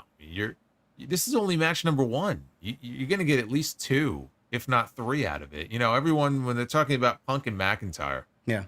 CM Punk and Drew McIntyre is something that, you know, it started out of that injury in January. And they've been tormenting each other this entire time. They only had their first match at SummerSlam. Now we're getting a strap match in Berlin. And then we're very likely going to get a Hell in a Cell match in October. I always looked at it as a 3-match program. Why wouldn't this be the same? I mean, this has been promoted now for almost a year, if not a year. Like this story has played out, and that payoff we got with the Mariah turn all those weeks ago was so fantastic. This is only match number 1, so you're gonna get a rematch out of it. Because I don't know after that runs its course. Right now, at this moment, I don't know who that person is. Willow is one of their top female baby faces, but she's doing something else right now, so I don't think it would be her. I don't know who that other person would be. Athena? All the more reason to. Athena. She's being hidden away in Ring of Honor. She has to lose a Ring of Honor championship first. That's another time. I'm just getting ahead of myself, man. I mean, it's AEW. I'm sorry. Trying to make sense of this shit. I mean, what planet are you living on? You think he's gonna fucking push Athena on AEW television? I don't know. I mean, I get what you're saying. Two matches, 3 matches of that. I could see that actually taking place, but I feel like after the angle that we saw when she won the Owen, and we saw that brutal attack on Tony, they really haven't done much of anything to get us through the last several weeks of television outside of just the formulaic normal stuff. I mean, there hasn't really been any dialogue that's going to really up the ante here. I mean, we got some nice vignettes here and there, but it hasn't blown me away. Are you confident in AEW after what we've seen leading into All In for them to take it to the next level with these two and up the storytelling here after all these months of storytelling? You mean coming out of this feud? Yeah, yeah. No, I mean, look, not every program is going to be able to have the long-term storytelling to it and progression that this story has had. So whatever Mariah does next, let's say she wins the title. Whatever she does next or whoever she feuds with, it's not, as far as like a story or a program, it's not going to be as rich as this one was. They can't all be like that. I'm just trying to think of who on the roster right now from a babyface perspective is in a position where they're ready to step in and be the number 1 contender. And maybe Tony will have like a battle royal or a tournament or something. He loves to do that to crown a number 1 contender. No, but my question was, if Mariah and Tony does go to 2-3 matches, where do they take the story coming out of the show? Like, I mean, we've seen almost everything possible, no? Like, how do they continue to tell the story on top of what we've seen already? Do you trust them enough to take the story to the next chapter? Is there a next chapter? I don't know. Well, I mean, that's a fair question. I don't know how deeply involved the two of them are in the planning of this story. I know Tony had this story mapped out from the moment before he even signed Mariah. Like when he talked to Mariah about coming into the company, he pitched this story to her. So he had this story in his head like over a year ago. So I don't know how far ahead he's thought this out, where, okay, we're going to get to this point where Mariah wins the title, and then this whole other chapter is going to unfold. Do they bring somebody else in? Right? Mercedes got her own heater. Does Mariah get one? How, if at all, does Mina factor into this story? That's true. I forgot about Mina. Yeah. Yeah. So I don't know, but there's definitely more layers for them to peel back if they want to. Do I trust him to do it? I would trust him more with this program than most, because clearly he has put a lot of thought into this. Yeah. So I would probably trust him more here than I would on a lot of other ones. And it's fun. It's funny. I asked that question to you because I remember seeing something this past week in the All In hysteria and the build going into Wembley this week. Tony Khan was actually interviewed by Justin Barrasso of Sports Illustrated, and Khan discussed the storyline with Mariah and Tony Storm. So if you guys are feeling the same way, and this is why I raised the question to Jason, because I have a problem trusting Tony Khan and AEW Creative sometimes to take us to the next level, and sometimes, more times than I really care to see, they fizzle out, and it doesn't go anywhere, and we get stuck with some of the weeks of television that we've gotten. But he did speak about the storyline with Mariah and Tony Storm and highlighted that RJ City has been a key part, and he's been an integral part of the inner workings of this storyline. My right-hand man in all this is RJ City. He was the only person in the office who'd seen All About Eve and Sunset Boulevard, and he understood old Hollywood and old movies. He's been so valuable and tremendous throughout this process. He has a great aptitude for wrestling, and he was also able to use these movies for inspiration. So, I mean, if Tony Khan's got guys like that who know more about that stuff than anybody else and could potentially take us to the next level, that adds a nice layer of confidence as me sitting here as a fan to see hopefully that they blossom this into something a little bit more creative coming out of All In. So I found that to be interesting, and I had that queued up here. So Yeah, yeah. I feel like a lot from a lot of different angles, a lot of thought and time has been put into this. Is it all just to build to Wembley and then that's it? Probably not. I'm sure they have some more planned. I mean, it may not be a case where you got Paul Heyman going, "Hey, we're still only in the third inning of this story."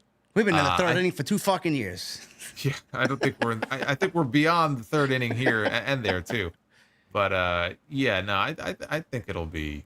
I think it'll be fine. I'm sure that they have some follow up planned here, but I think this is Mariah's moment, and I think she should win the championship. Were you as pleased as others to see Mina back on television? I'm always pleased to see Mina on television. She's got a very bubbly, bouncy personality. Yes. Bouncy is a good word. Yes. Love to see Mina. Everybody in the chat loves Mina. I know you guys. Mina forever, says JB in the chat. I know. And we got the main event. Title versus career. AEW World Championship. Swerve Strickland versus Bryan Danielson, who is working without an AEW contract right now. And he said that if he loses this match, he is content with retirement, which I don't personally believe 100%. But, the whole thing about Bryan, Jason, is the neck, and they're really selling the effects of the neck, and they're selling the fact that he's going to go home to his family and go home to his daughter, Birdie, and she wants him to be a full-time dad at home. And Swerve is looking to keep that promise to Birdie, to send Bryan home once and for all. But as far as the family will be there, do you think Swerve gives Birdie a house call kick? No, I don't think that's gonna happen. No. How old is she now? 8? Is she old enough to take a house call kick? I think she's 7 or 8. Okay. Yes. Yeah. Maybe. I don't know. I don't know if Swerve is that dastardly, but maybe Brie. What about Brie? I'd like to see that. Yes. Okay. Yeah. Brie mode. Nobody's a fan of Brie mode. No Brie mode, comment. man. No Brie mode. Comment. I listen. Swerve and Bryan going to be a great match. I fully expect Tony Khan to pull out all the stops. We started with the video package that we saw with the Green Day, theme music playing over the. I hate that song, by the way. I don't know what it is with that song. Time of You know what I always associate that song with? The finale, the Seinfeld finale.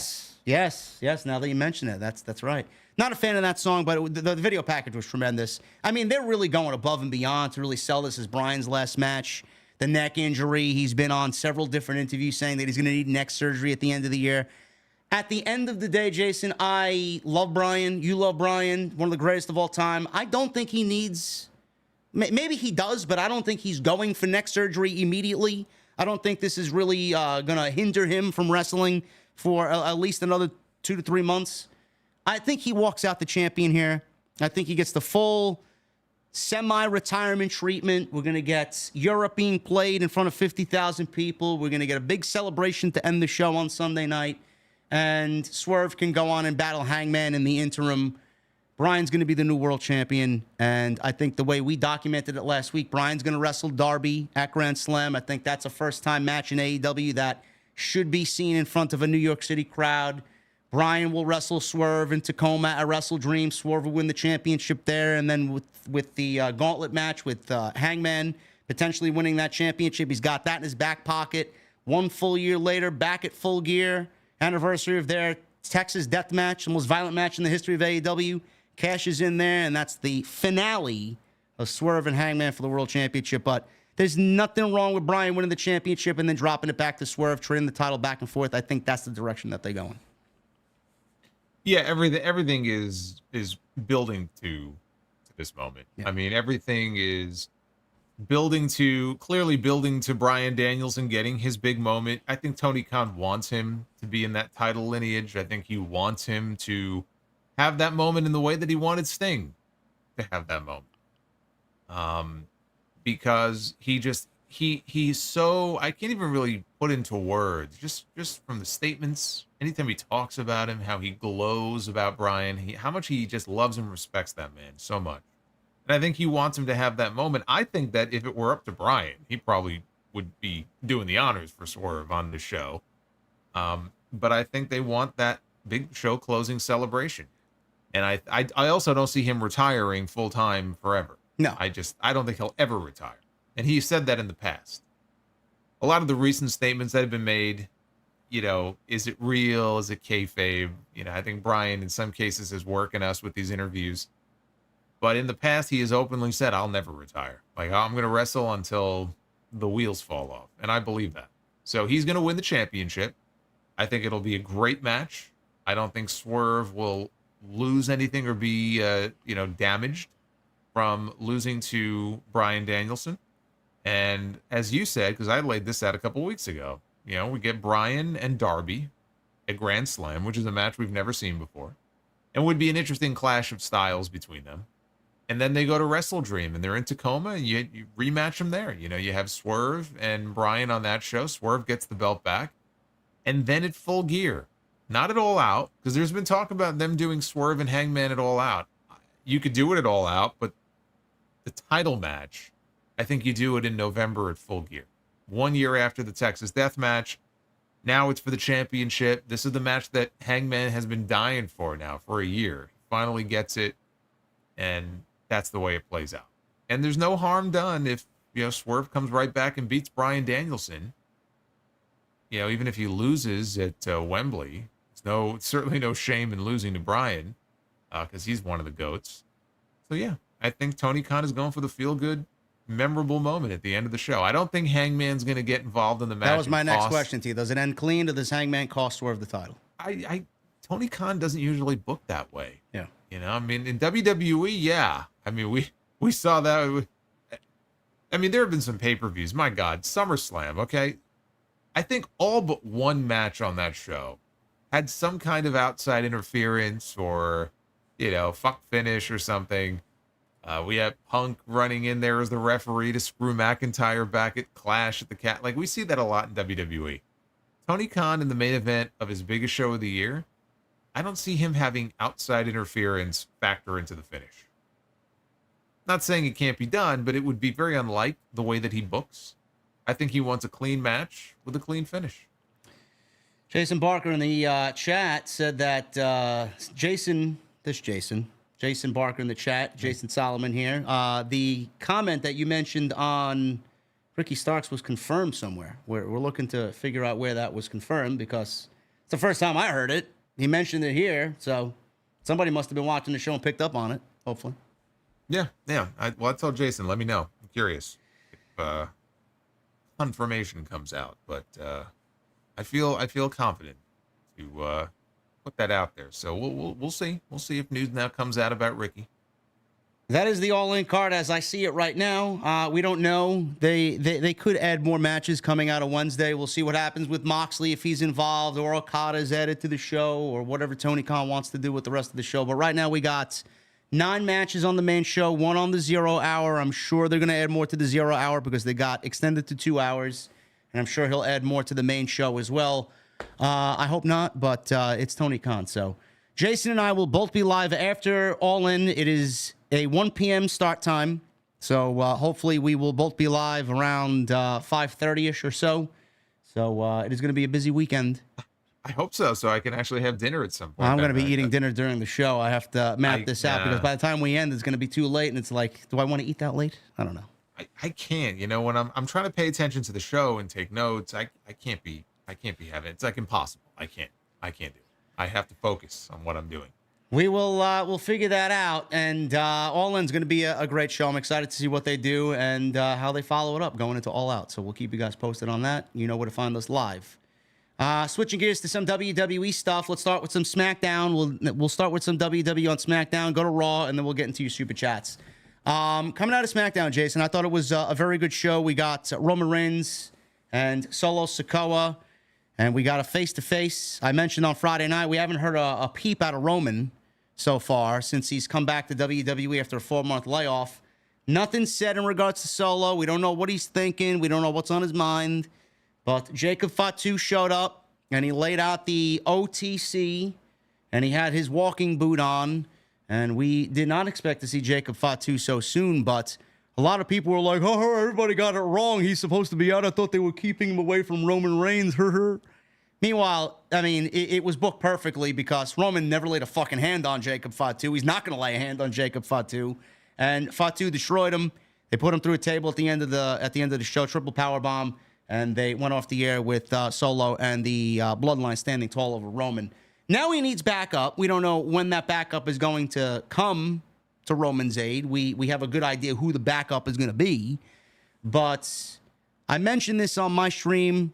I think you mentioned it as well. Roman's going to be out for the next 4 weeks. The next time we see Roman won't be on, rather until that SmackDown show on USA Network, where they make their return to USA Network away from Fox, thank God.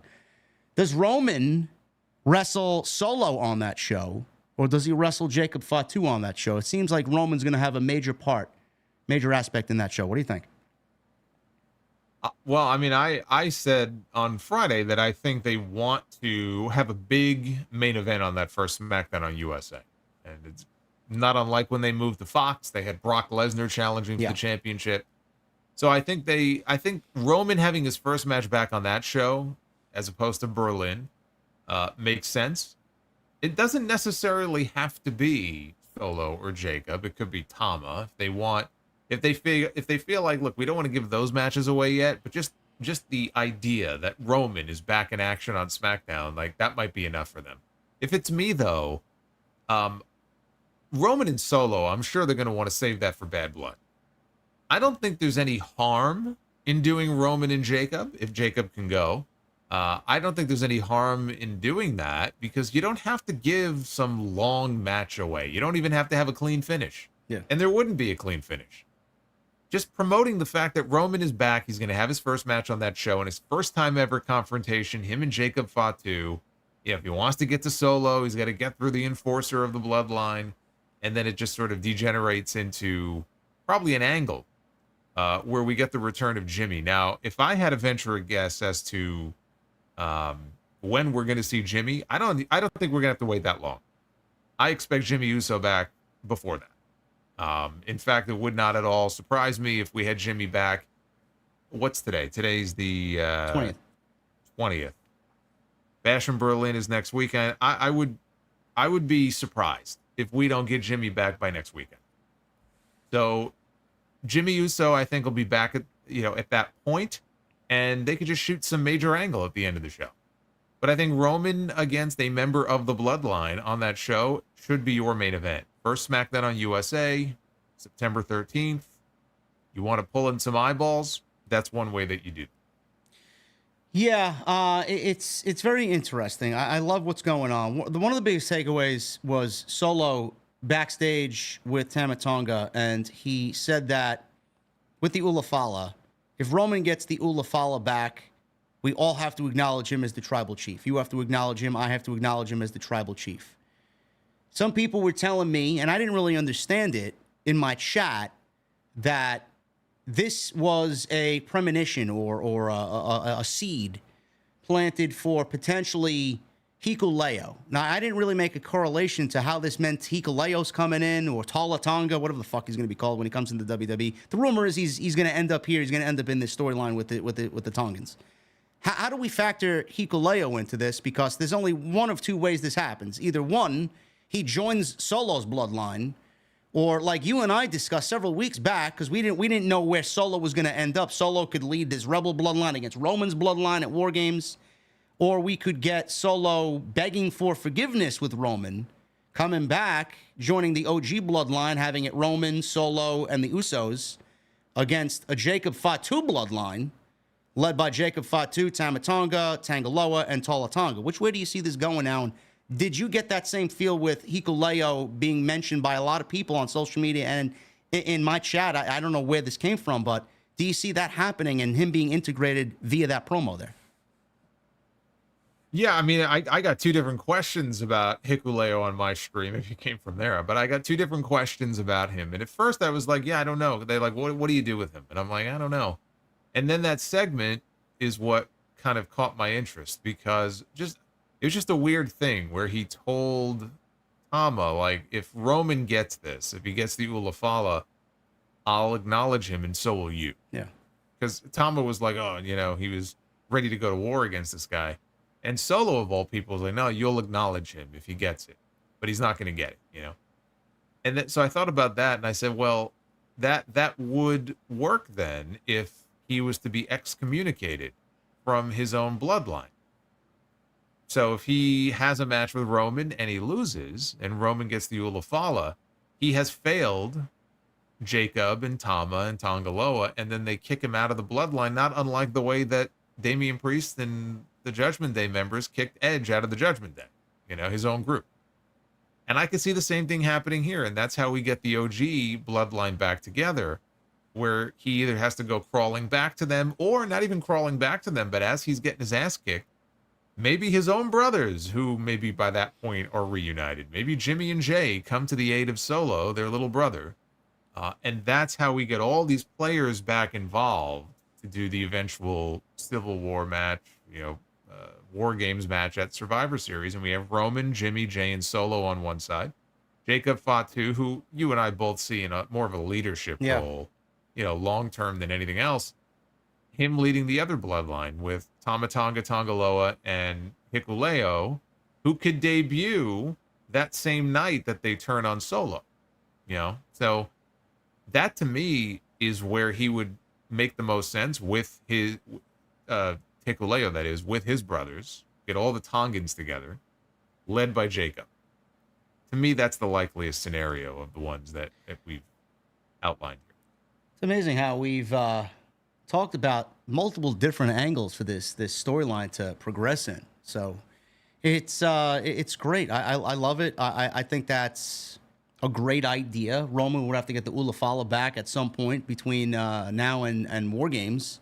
I'd love to see how that would play out if that is the case. Solo acknowledges him and keeps his promise and acknowledges Roman Reigns. And I would love to see a fucking angle end on SmackDown where the Rebel bloodline just beats the shit out of Solo, just fucking kicks him out of the group. That'd be great. I'm looking forward to it. Again, that's why I used the Judgment Day comparison, because it was like, you're the weak link. Yeah. And then they jumped him. So it's like, same thing with Solo. Like, you're the weak link here. We pledged our allegiance to you, and now you're acknowledging him. Fuck out of here. And then they beat him down. Then you have this like 7-foot Tongan who shows up, and it's not a bad idea, and it'd be a great way, I think, to get the original bloodline back together. Yeah, we'll see how it plays out. Roman's going to be out to that debut episode on SmackDown. Going to be a big night that night. Moving back to the USA Network. Also on SmackDown, Andrade and Carmelo had another banger match. I'm loving what they're doing with these two. And Carmelo, he finally got a win over Andrade. And the feud is continuing because they had a big pull-apart brawl. Don't know where they're going with this, but I'd love to see them get a nice banger match on pay-per-view. I don't know if that's going to happen, but it certainly looks like we're headed towards at least a best of 5, potentially a best of 7. They haven't really said it was going to be a best of 5 or a best of 7, but it certainly looks like this competitive nature between these two is going to continue. And there was actually an Andrade note coming out of Fightful. Andrade showed up to the tapings in Orlando with ex-AEW talent, Jose the Assistant. He was backstage at SmackDown in Orlando with Andrade. He lives in the area, but he was there for the duration of the show. He was seen arriving and leaving with Andrade. He was also at a recent set of TNA tapings as well. So I don't know what that means, but I honestly think, Jason, that Andrade could use a mouthpiece. I don't know if you guys are familiar with Jose the Assistant. He was with LFI. He was with Roosh and Andrade on AEW television, Preston Vance. They had some great vignettes that I know Jose was actually a big part of in producing and putting together. He did a lot of things backstage that he wasn't really given credit for. And him coming into WWE to be paired with Andrade, I think that's a great pairing. I think Andrade could certainly use a mouthpiece or someone to kind of accentuate his act. What do you think? I've said that for a while now. I was kind of hoping we would get the pairing again of Zelina with Andrade, but if they brought in even someone like Jose, I'd be fine with that. It just feels to me like something is missing with him. Yeah. And his matches have gotten over recently. The fans are really into it, but there's something missing there, and I think that's the missing ingredient. I think he needs someone with him. I think he needs someone to do the majority of the talking for him, which is not his strong suit. And I think that might complete the package here for him. That could be just what he needs. So I like the idea. And Jose, I think, would be a fine choice. Yeah, I'm looking forward to seeing what happens there. Jose was it was a good piece to that Andrade puzzle in AEW. Yeah. Charlotte Flair. There's news on Charlotte Flair. Unfortunately, she is slated to come back to WWE television. As you guys know, she has been out most of the year.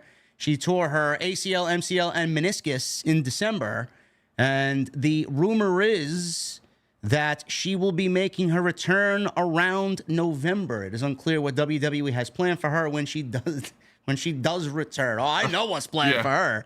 Yeah, we don't need them to report what's planned for her. We already know she's got that briefcase all ready to go to cash in whenever she's good and ready. And on Monday Night Raw, there were a couple of things on Monday Night Raw that I thought last night's show was a thumbs-up show. Sheamus and Pete Dunne had a great match. I'm looking forward to seeing if those two guys are actually added to the Intercontinental Championship title tournament that they laid out for Braun Breaker. I mentioned this on my side of things, Jason, that Braun Breaker not going to be at Berlin. Kind of disappointing he's not going to have a championship match, but I would rather them wait to find a suitable opponent instead of booking a random match with no heat or no story for him just to get him on a PLE.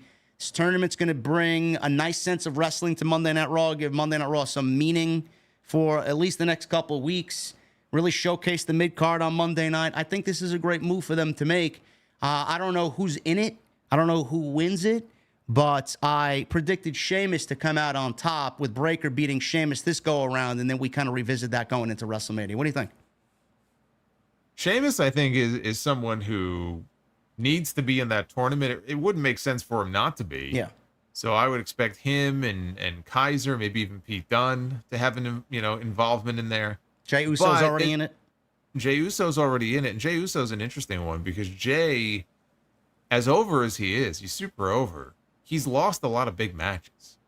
I mean, really, since WrestleMania, when he beat Jimmy, he lost to Damian Priest. He was in the King of the Ring. He lost to Gunther. He was in Money in the Bank. He lost there. He didn't even have a match at SummerSlam.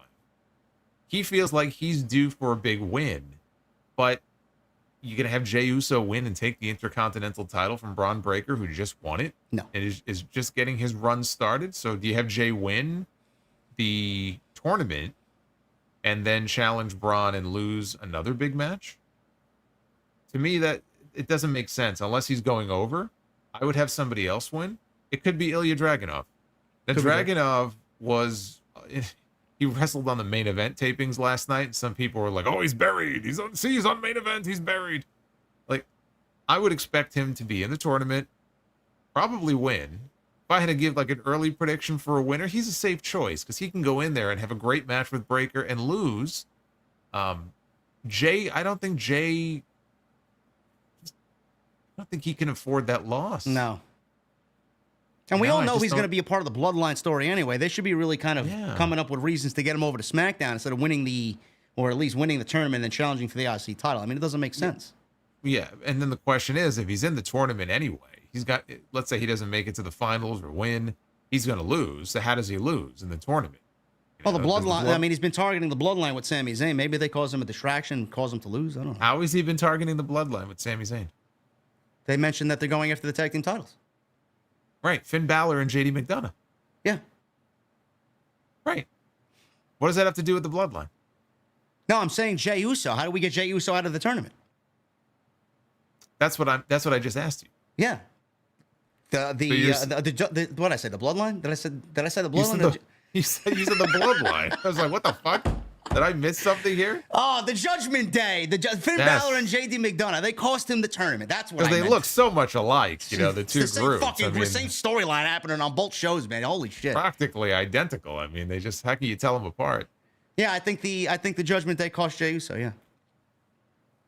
I don't know. Okay. All right. I would rather him lose via bullshit, and then we find a way to get him over to SmackDown. You know, someone brought up the idea of him and Sammy winning the tag team titles, defending the tag team titles against the Bloodline, and then them unifying the championships via that. I mean, that's just wishful thinking at that point, but Yeah, I brought that up. I mean, and I said that was wishful that was thinking, you? and we yeah. Okay. And I said it's probably wishful thinking and isn't going to happen, but I would love to see it because they should not have, de-unified them in the first whoever place. I heard it from you, and I'm just reiterating what you already came up with. Yeah, and I don't actually think that's going to happen. I wish it would, but Yeah. I don't think it's actually going to happen. But yeah, they're going to have to find a way to get Jay, if not Sammy, to get Jay back involved in that story soon. But Jimmy's got to come back first, and like I said, I would expect him to be back probably in the next 7 to 10 days or so. We'll see what happens. Another big thing that happened on Monday Night Raw. Bronson Reed, he beat The Miz in what I thought was I don't want to say very good match. It was actually good via Miz standards for sure. It was a no DQ match. Lots of plunder, tables, kendo sticks, trash cans. But Bronson Reed delivered a tsunami. And I wish it was 5 more on top of the one he only gave us last night. But he was stopped last night by another monster in Braun Strowman. And I said last night on Twitter, Jason, the booking of Bronson Reed up until this point with the attack on Rollins and then the attack on R-Truth, the match with Miz, and the teasing of more destruction with the tsunami on Miz last night, only be stopped by Braun Strowman. The booking of Bronson Reed's been perfect. The feud or the little stop here in between with Braun Strowman, him being fed to Bronson Reed is perfect. I can't really complain about legitimately anything the way Bronson Reed's been booked in the last 3 weeks. I'm very much looking forward to that big man match, Strowman and Bronson Reed. I think they're going to fucking tear the house down. And Bronson Reed, listen, he can move for a guy his size, but Braun Strowman, I'm not the biggest Braun Strowman fan, but before he got injured, I thought Triple H was doing a very good job of booking him to his strengths. Then he got hurt. He hasn't really looked the same yet, but in a match like this, man, I think Braun Strowman's going to really kind of break out and really show us what he could do, and I think he works well with guys the size of Bronson Reed. I think it's smart to feed him to which is what I hope they're doing, is feeding him basically to Bronson Reed, because it's one thing for Reed to get wins over either smaller guys or guys that I guess you would consider to be average size by WWE standards. For him to go in there, though, with somebody the size of Strowman and beat him and squash him with a tsunami, I think would just elevate him that much more and would make him look like that much more of a world beater. And I'm just, not only am I excited to see him getting this push right now, and I don't know how long it's going to last. Could be that Seth Rollins comes back and beats him and we're done here. I hope not. But I'm happy for him because, again, this is a guy who was getting pushed in NXT. And he ended up getting cut. And I know that was very upsetting to him. It was very upsetting to other people who were fans of his work. And he has gotten a second chance here, under Triple H. And it didn't happen right away. He's been, in many ways, just another guy on the roster now for many months. But, Triple H was, waiting to find a spot for him. And it just so happened that Rollins needed some time off. And it's like, you know what? We're going to elevate Reed. And in 3 weeks, maybe 2 weeks, 2 or 3 weeks, think about where he was a month ago and think about where he is now. They have turned him into a genuine must-see part of Monday Night Raw.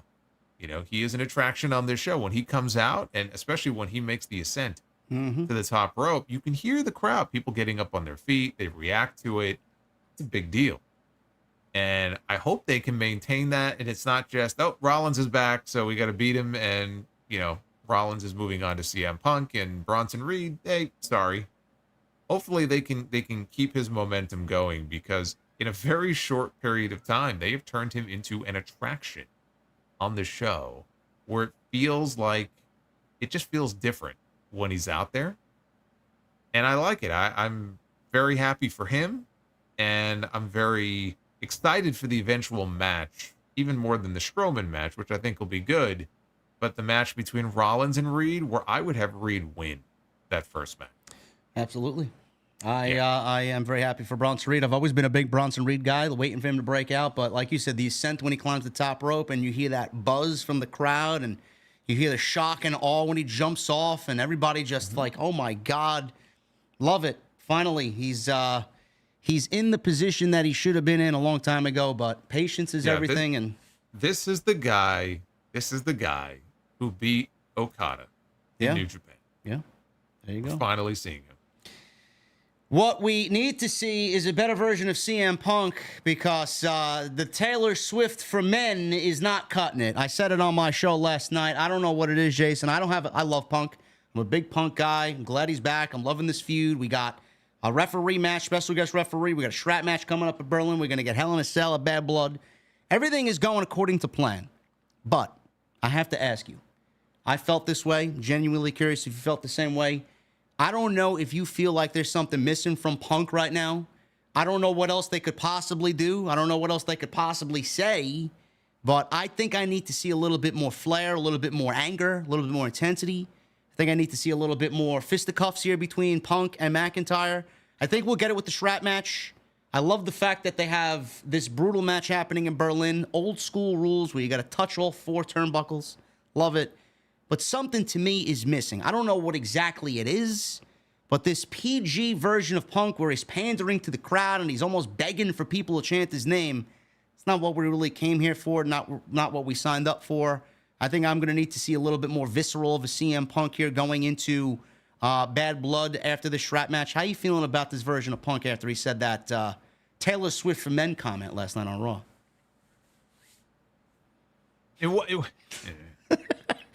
Be open and honest, man. You got to be open and honest. Come on. Well, no. No. So I had one tweet during Raw last night. And my comment was, this is not the version of CM Punk that I want to see. This is the pandering CM Punk. And half my day today was spent like whack-a-mole, batting down troll. Because obviously some of the CM Punk stands saw it and shared it. So I got inundated with messages from just a bunch of very stupid people who took great offense to the idea that anybody would say anything even remotely negative about their, beloved icon. Even though I was making an observation that I think most people would probably agree with, which is that CM Punk is at his most interesting, as you said, when he has something to, or someone to really sink his teeth into. And I'm not saying he has to come out and be angry 24 hours a day.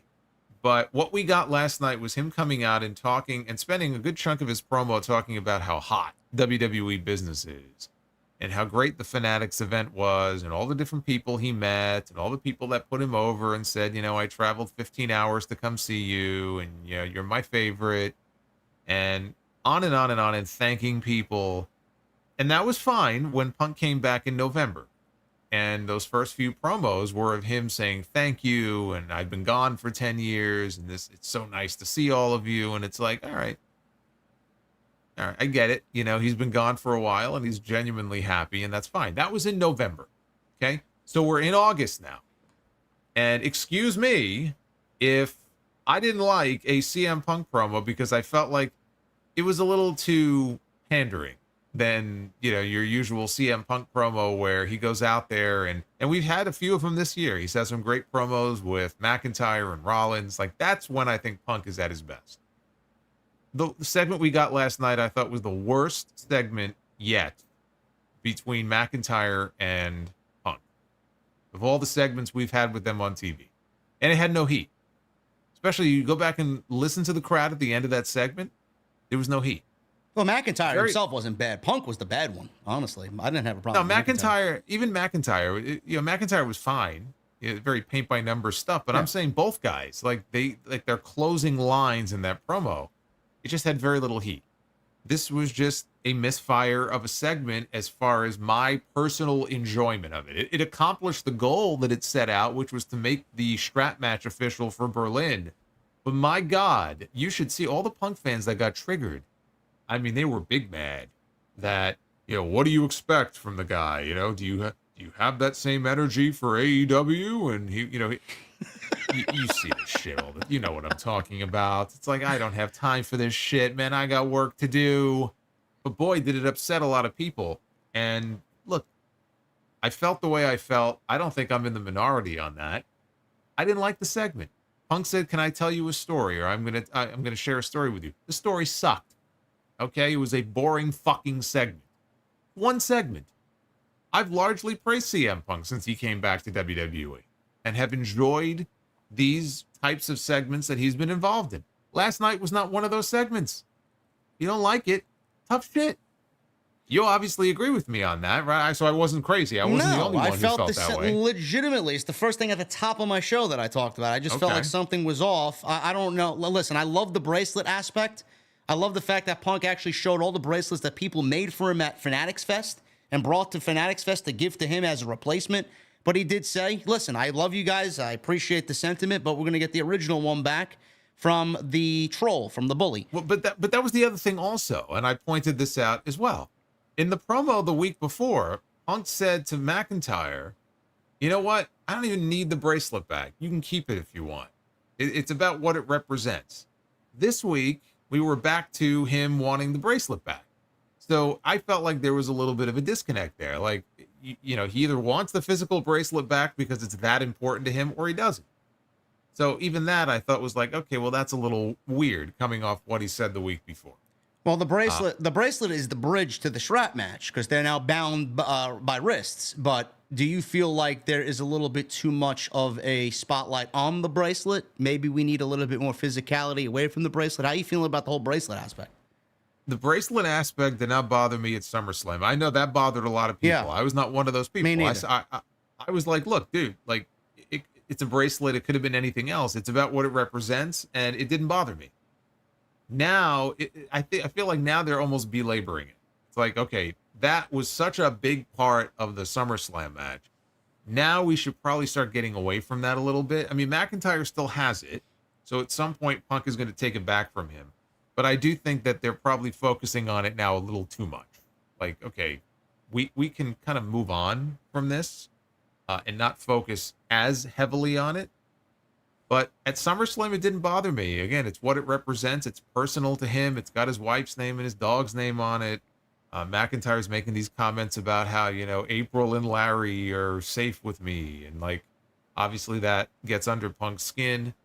Are they going a little overboard with it now? Probably. But, again, it has been an important point of the story. So that hasn't really bothered me too much, the way obviously it has bothered other people who can't wrap their head around why we're talking about a 50-cent bracelet. But again, it's context. It's what it represents. So, something needs to happen between Berlin and Bad Blood that gives this feud that extra push into, yes, I was going to say, into being a Hell in the Cell match. Do we see AJ, and is that the bridge between Punk and McIntyre to really take this to the next level? So that the Hell in a Cell match is warranted between these two. Is it AJ Lee? Yeah, I think that there's been enough mentions of her. I actually thought for a moment there last night that he was going to announce that she was making a return. Because I think that like it came up and then the fans started chanting, "We want AJ." And he smiled and he acknowledged it. And I thought maybe one of his big announcements that he was saying, you know, that he had to do with her. I think we're gonna get an appearance. I think she's been mentioned so many times that she almost has to appear. I feel like at some point. Now, is she going to be a part of the storyline that helps build the Hell in a Cell match, or is she going to be in the crowd maybe for one of these matches? I don't know, but I'm starting to feel, and I didn't feel this way at the beginning, but I am starting to feel like I think we're going to get her involved at some point. Her name is on his wrist. Is on this man's wrist, that McIntyre is carrying this bracelet around. They keep mentioning that. My wife's name, April.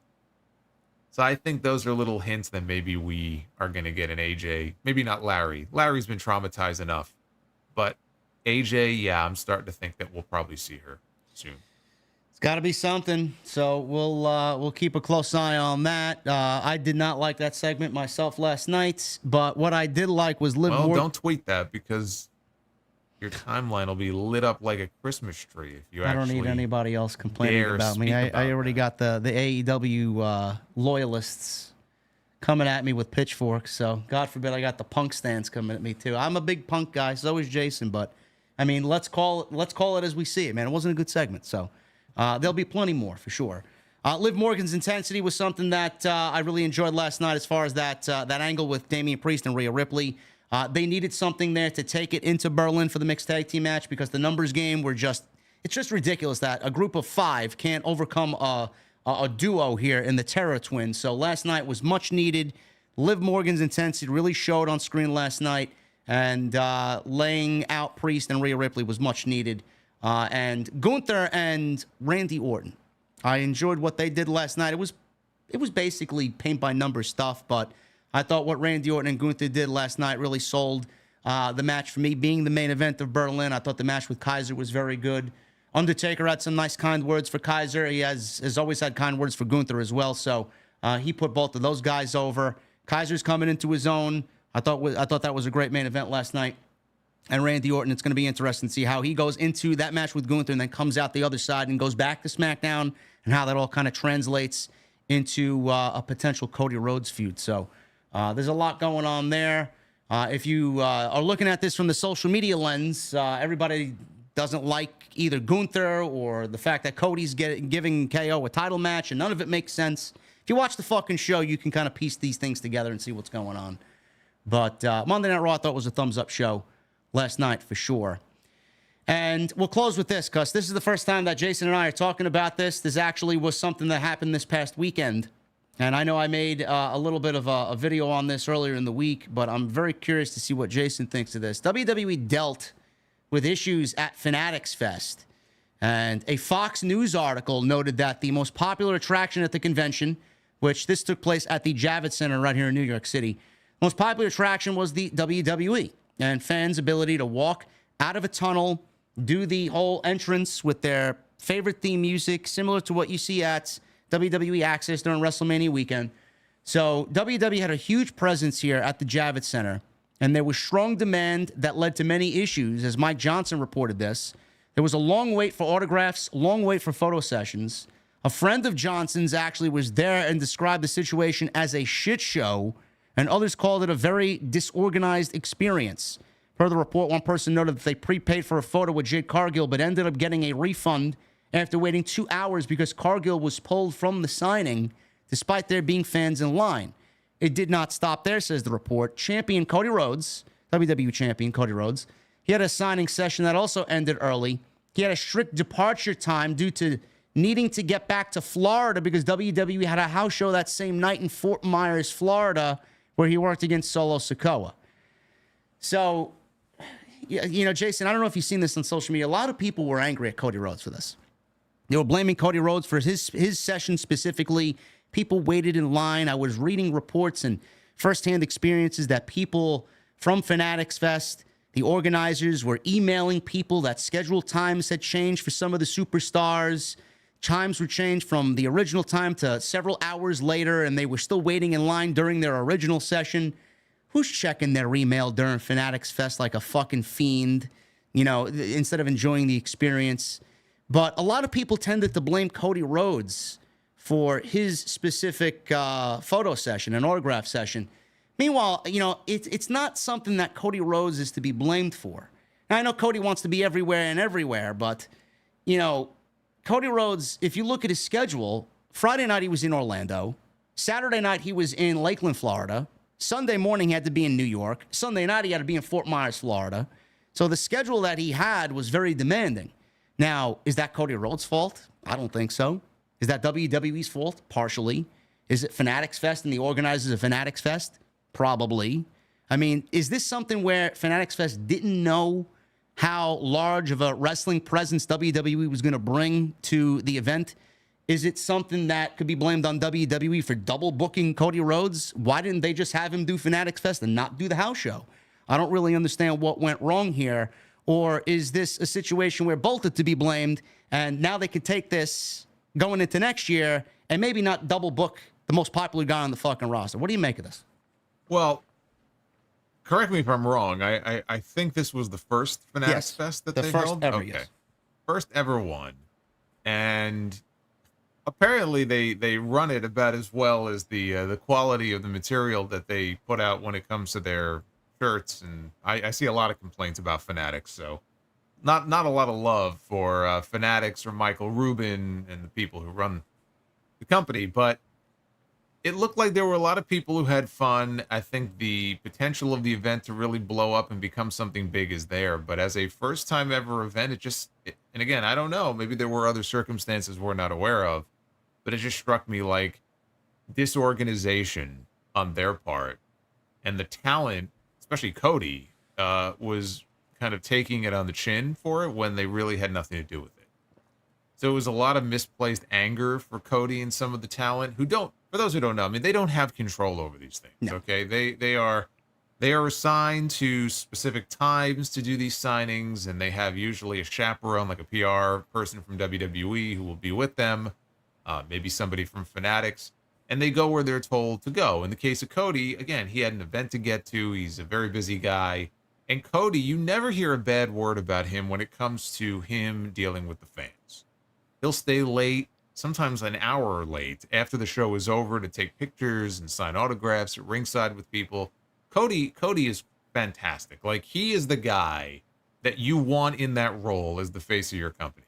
So anybody who would take it out on Cody, it's just misplaced anger. You want to take your anger out on somebody, you could take it out on Fanatics, because they should have been more organized, and it never should have gotten to that point where you had people who, had paid for a session, were waiting in line, and then stood there for hours and then had nothing to show for it.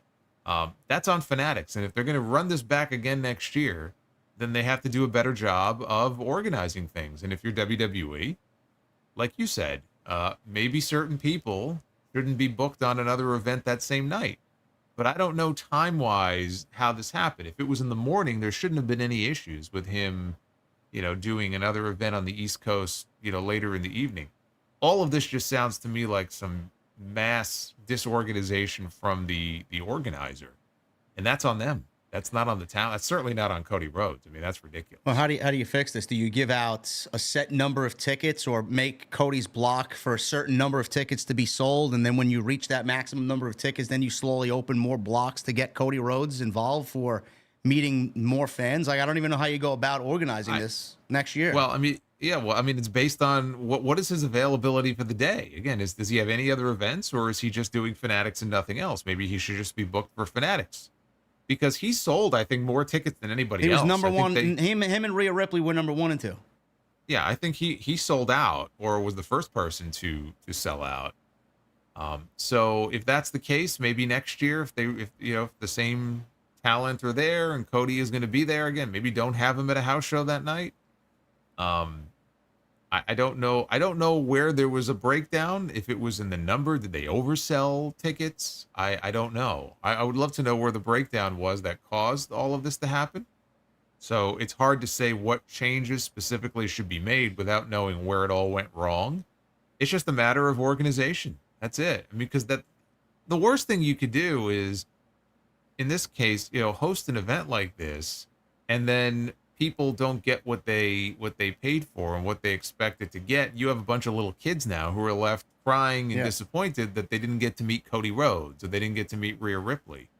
And Rhea's another one who's a sweetheart when it comes to dealing with fans and taking pictures and stuff. She's great. So it sucks to see the talent have to take some of the blame for something that wasn't their fault. It's understandable, though, that parents especially would be upset, and they would go on social media and vent, and that's fine.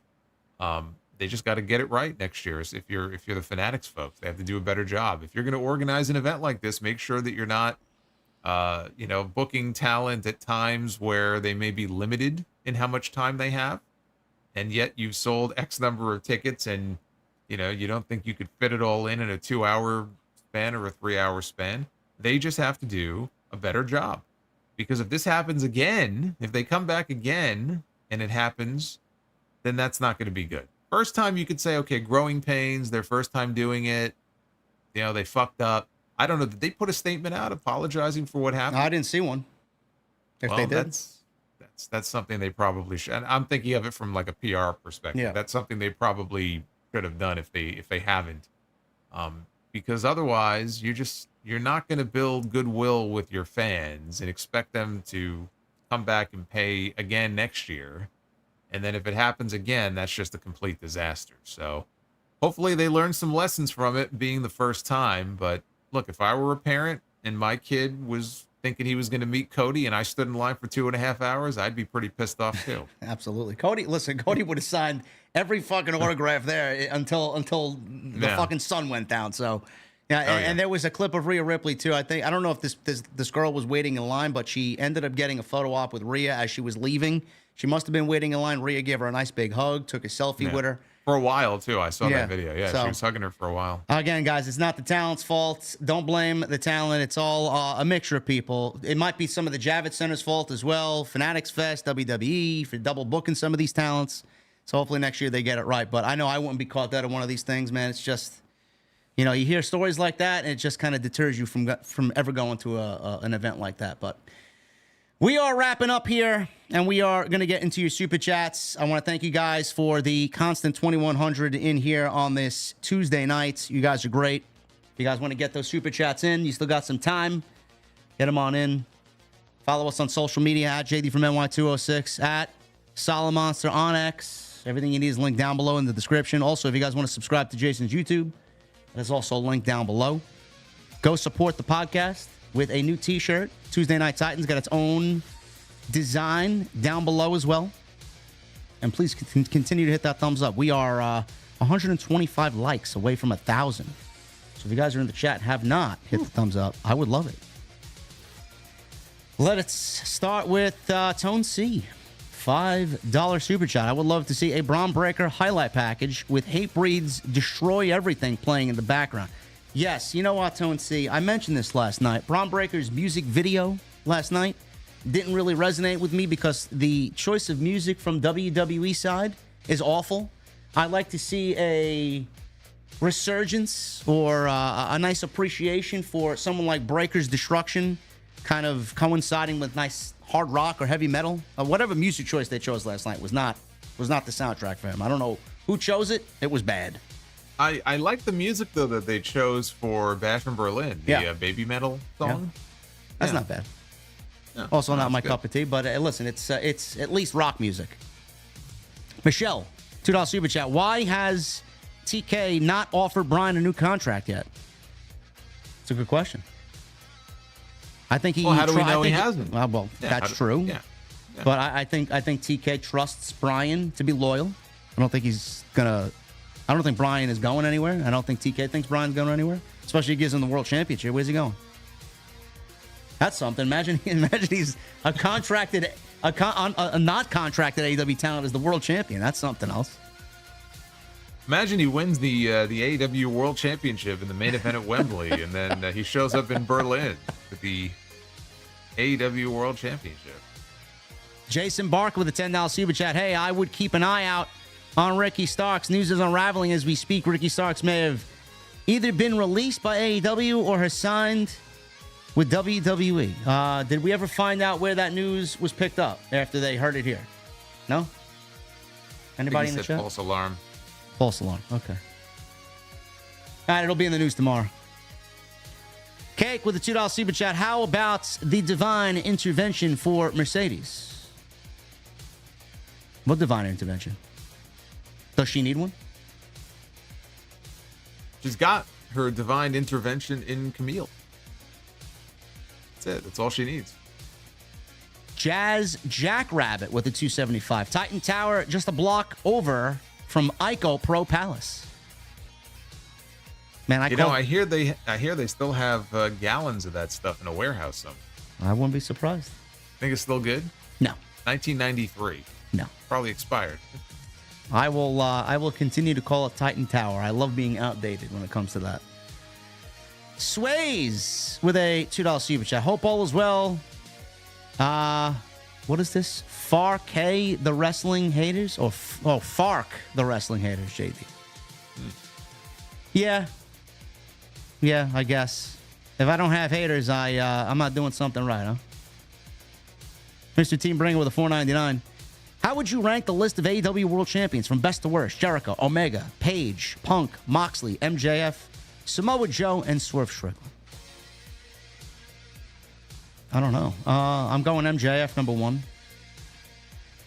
I actually enjoyed Adam Page's run.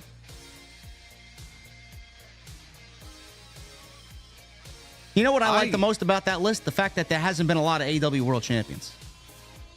Keeps the title prestigious. Well, that's how many was that? That's 2, 7? 3, 4, 5, 6, 7, 8.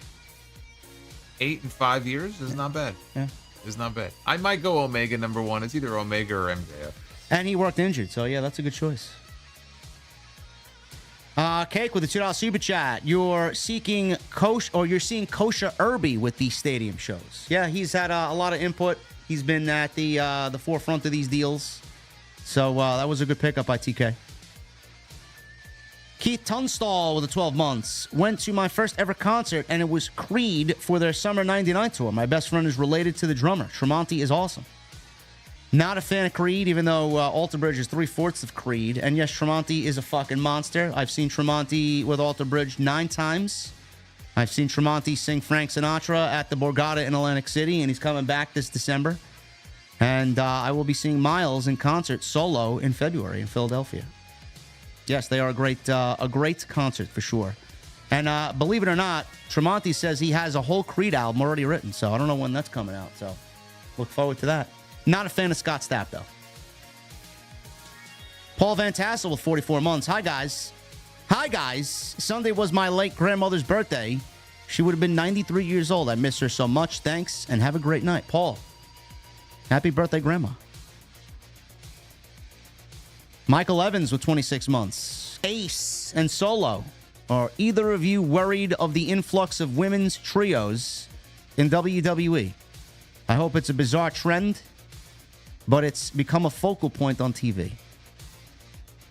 I'm not worried about an influx of trios. I'm worried about the heatless War Games match that we're going to get. Well, he mentions, an influx. We have 2 on Raw, right? Damage Control and the Pure Garbage Collective. What other trios are we missing here?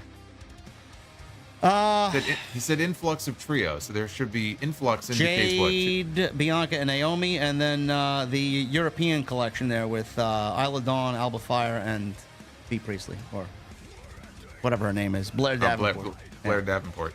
Yeah, but that doesn't strike me as necessarily a permanent thing, though. I think they're just setting up a 6-woman tag. I mean, I guess we'll see if they stick together after that. I don't get the impression Naomi is going to be sticking with Bianca and Jade.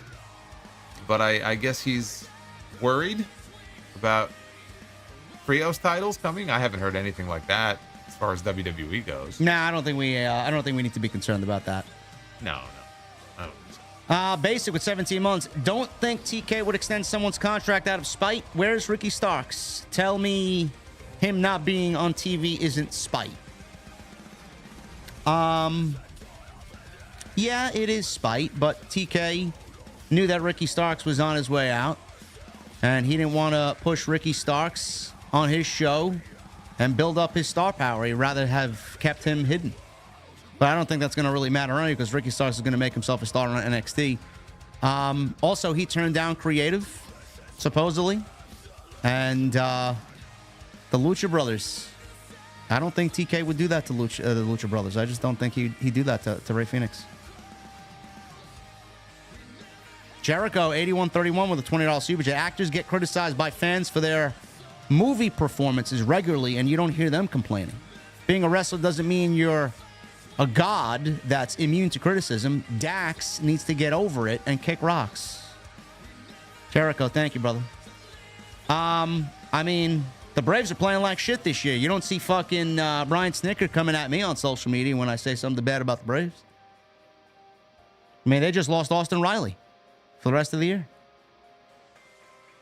They did they did beat Philly tonight 3-1, which is good. Injuries can derail a season like that. Yeah. I know that feeling all too well. Yeah, I mean, this is the worst injury ravaged season I think I've ever been a part of. I don't believe it. Yeah, I mean that one's pretty extreme. Yeah. It's like the whole fucking lineup is out. $2 super chat by Cake. My idea for Jay White. Jay slays the dragon. No. Swerve is going to take the title back. Jay White, though, I'd like to see in title contention, and so would Jason, for sure. Rage with a 45 months. All hail Omos. No. I'll tell you what, though. Go ahead. I know you're gonna say it. I know you're gonna say it. Well, I mentioned this the other night about Muta. No. I thought you were gonna mention Satnam and Jinder winning the fucking AAA tag team titles. Oh, no. So NXT has a couple of guys, Josh Briggs and Tavion Heights, who have been hanging around Pro Wrestling Noah. Yeah. And Tavion looks like he's having the time of his life, but they were sitting around with Keiji Muto, and they asked him, is there anybody on the current WWE roster that if you had the choice that you would love to see here come to Pro Wrestling Noah? And he said, Omos. So can you imagine if Omos gets like a Pro Wrestling Noah run in Japan, like, and then he'll come back, man. He'll be a totally new man. He'll be doing moves that you wouldn't expect him to be doing. It could be like a totally new Omos if he has that Japanese training. Listen, man, I'm all for that. Whatever. If he wants to go do that, go ahead. Omos. Well, look, Omos lost his manager. He's no MVP anymore. Maybe Nope. they can bring in, they can coax Muto over here to be his manager. Rage, thank you for the 45 months. Appreciate you as always. Rolex guy with the $10 super chat. Huge fan, JD. My passions are wrestling and watches. You and Federico Talks Watches. You're my two favorite creators. How'd you guys become acquainted? I saw you follow him. Also, how's the Panerai holding up, bro? This is quite the fucking random comment. Rolex guy, appreciate the $10, bro. Me and Federico used to work at the same Tourneau on 57th and Madison. He used to work on the same floor as me. I know Federico very well. And I'm so proud to see that he started a channel from basically nothing.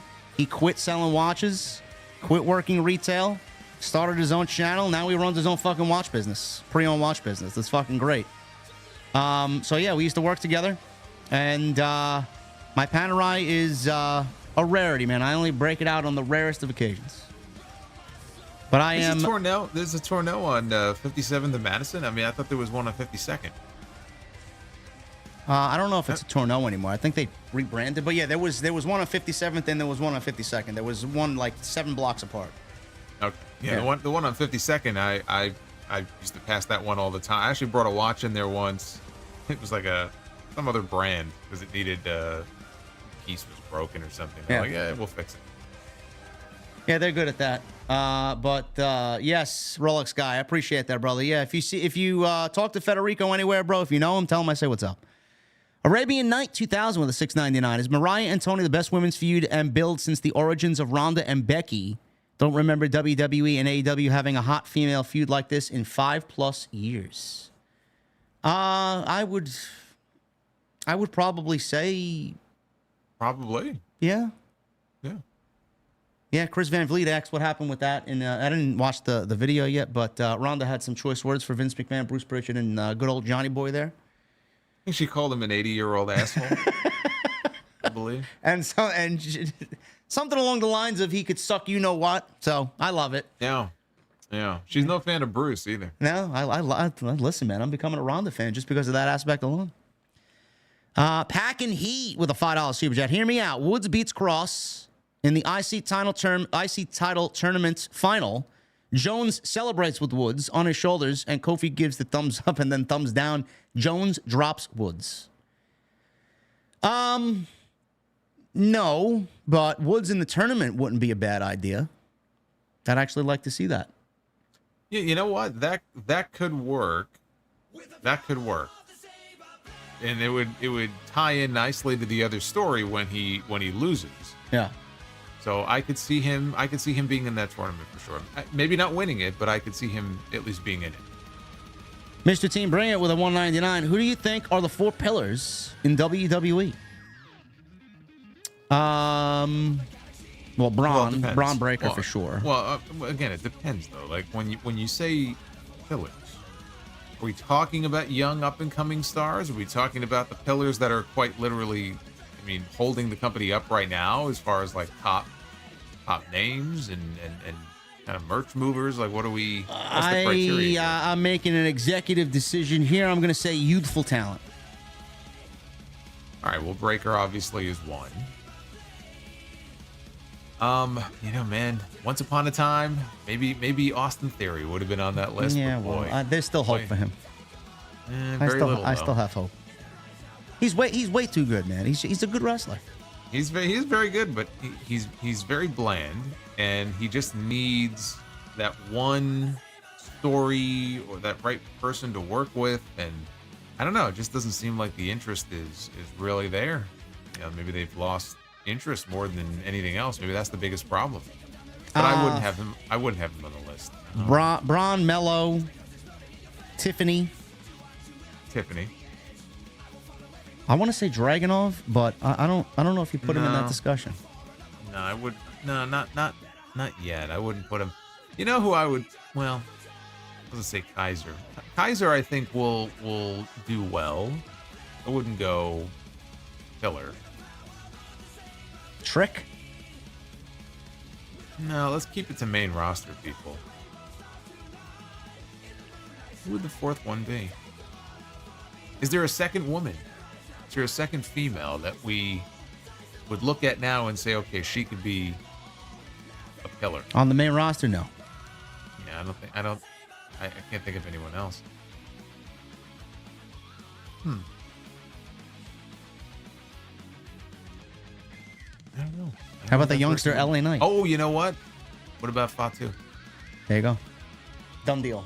Oh, Dominic. A lot of people saying Dominic. Hey, listen. Dominic is great. I'm going to go Fatu, though. Yeah. And Big Fat Paulie with a 499. JD, I know your Braves are struggling, and I feel bad, but at least you're not a Pirates fan like me, and screw Sid Bream. Bro, you're bringing up fucking Sid Bream, man. Listen, I know you Pirates fans are still fucking living with that vivid memory of that slow fucking bastard rounding third base, man. I love it. But yeah, the Braves, I don't believe they're still in playoff contention. So if they make the playoffs, man, I think Snickers should win Manager of the Year, but I don't think we'll get there. But unfortunately, that's all we got. You guys have disappointed me, man. I don't know what's going on. But hopefully you enjoyed tonight's stream. As always, for 62. And per usual, I'm going to let Jason sound us off here for Tuesday night. Whether it's a CM Punk segment or a criticism of AEW or an AEW match, let us remember, please. I know I'm preaching to the choir here to this audience, but if somebody comes across this, just because somebody says something negative about a match or a segment, does not mean that the sky is falling and you have to rain hell down upon that person because they committed some kind of horrible atrocity. It's okay to constructively criticize something and say that you didn't like something. It doesn't mean that you hate it or hate that person. It doesn't mean that you're a hater. Can we please, leave that nonsense behind? I've seen a lot of that this week. I think JD's gotten it. I've gotten it. It's a little tiresome. So let's calm down. If they focused enough of that energy on making whatever they need to better instead of focusing on podcasters like us, I think they'd be in a better position. Just my 2 cents. Matthew says Solomonster is like Jerry Springer with his final thoughts. Yes.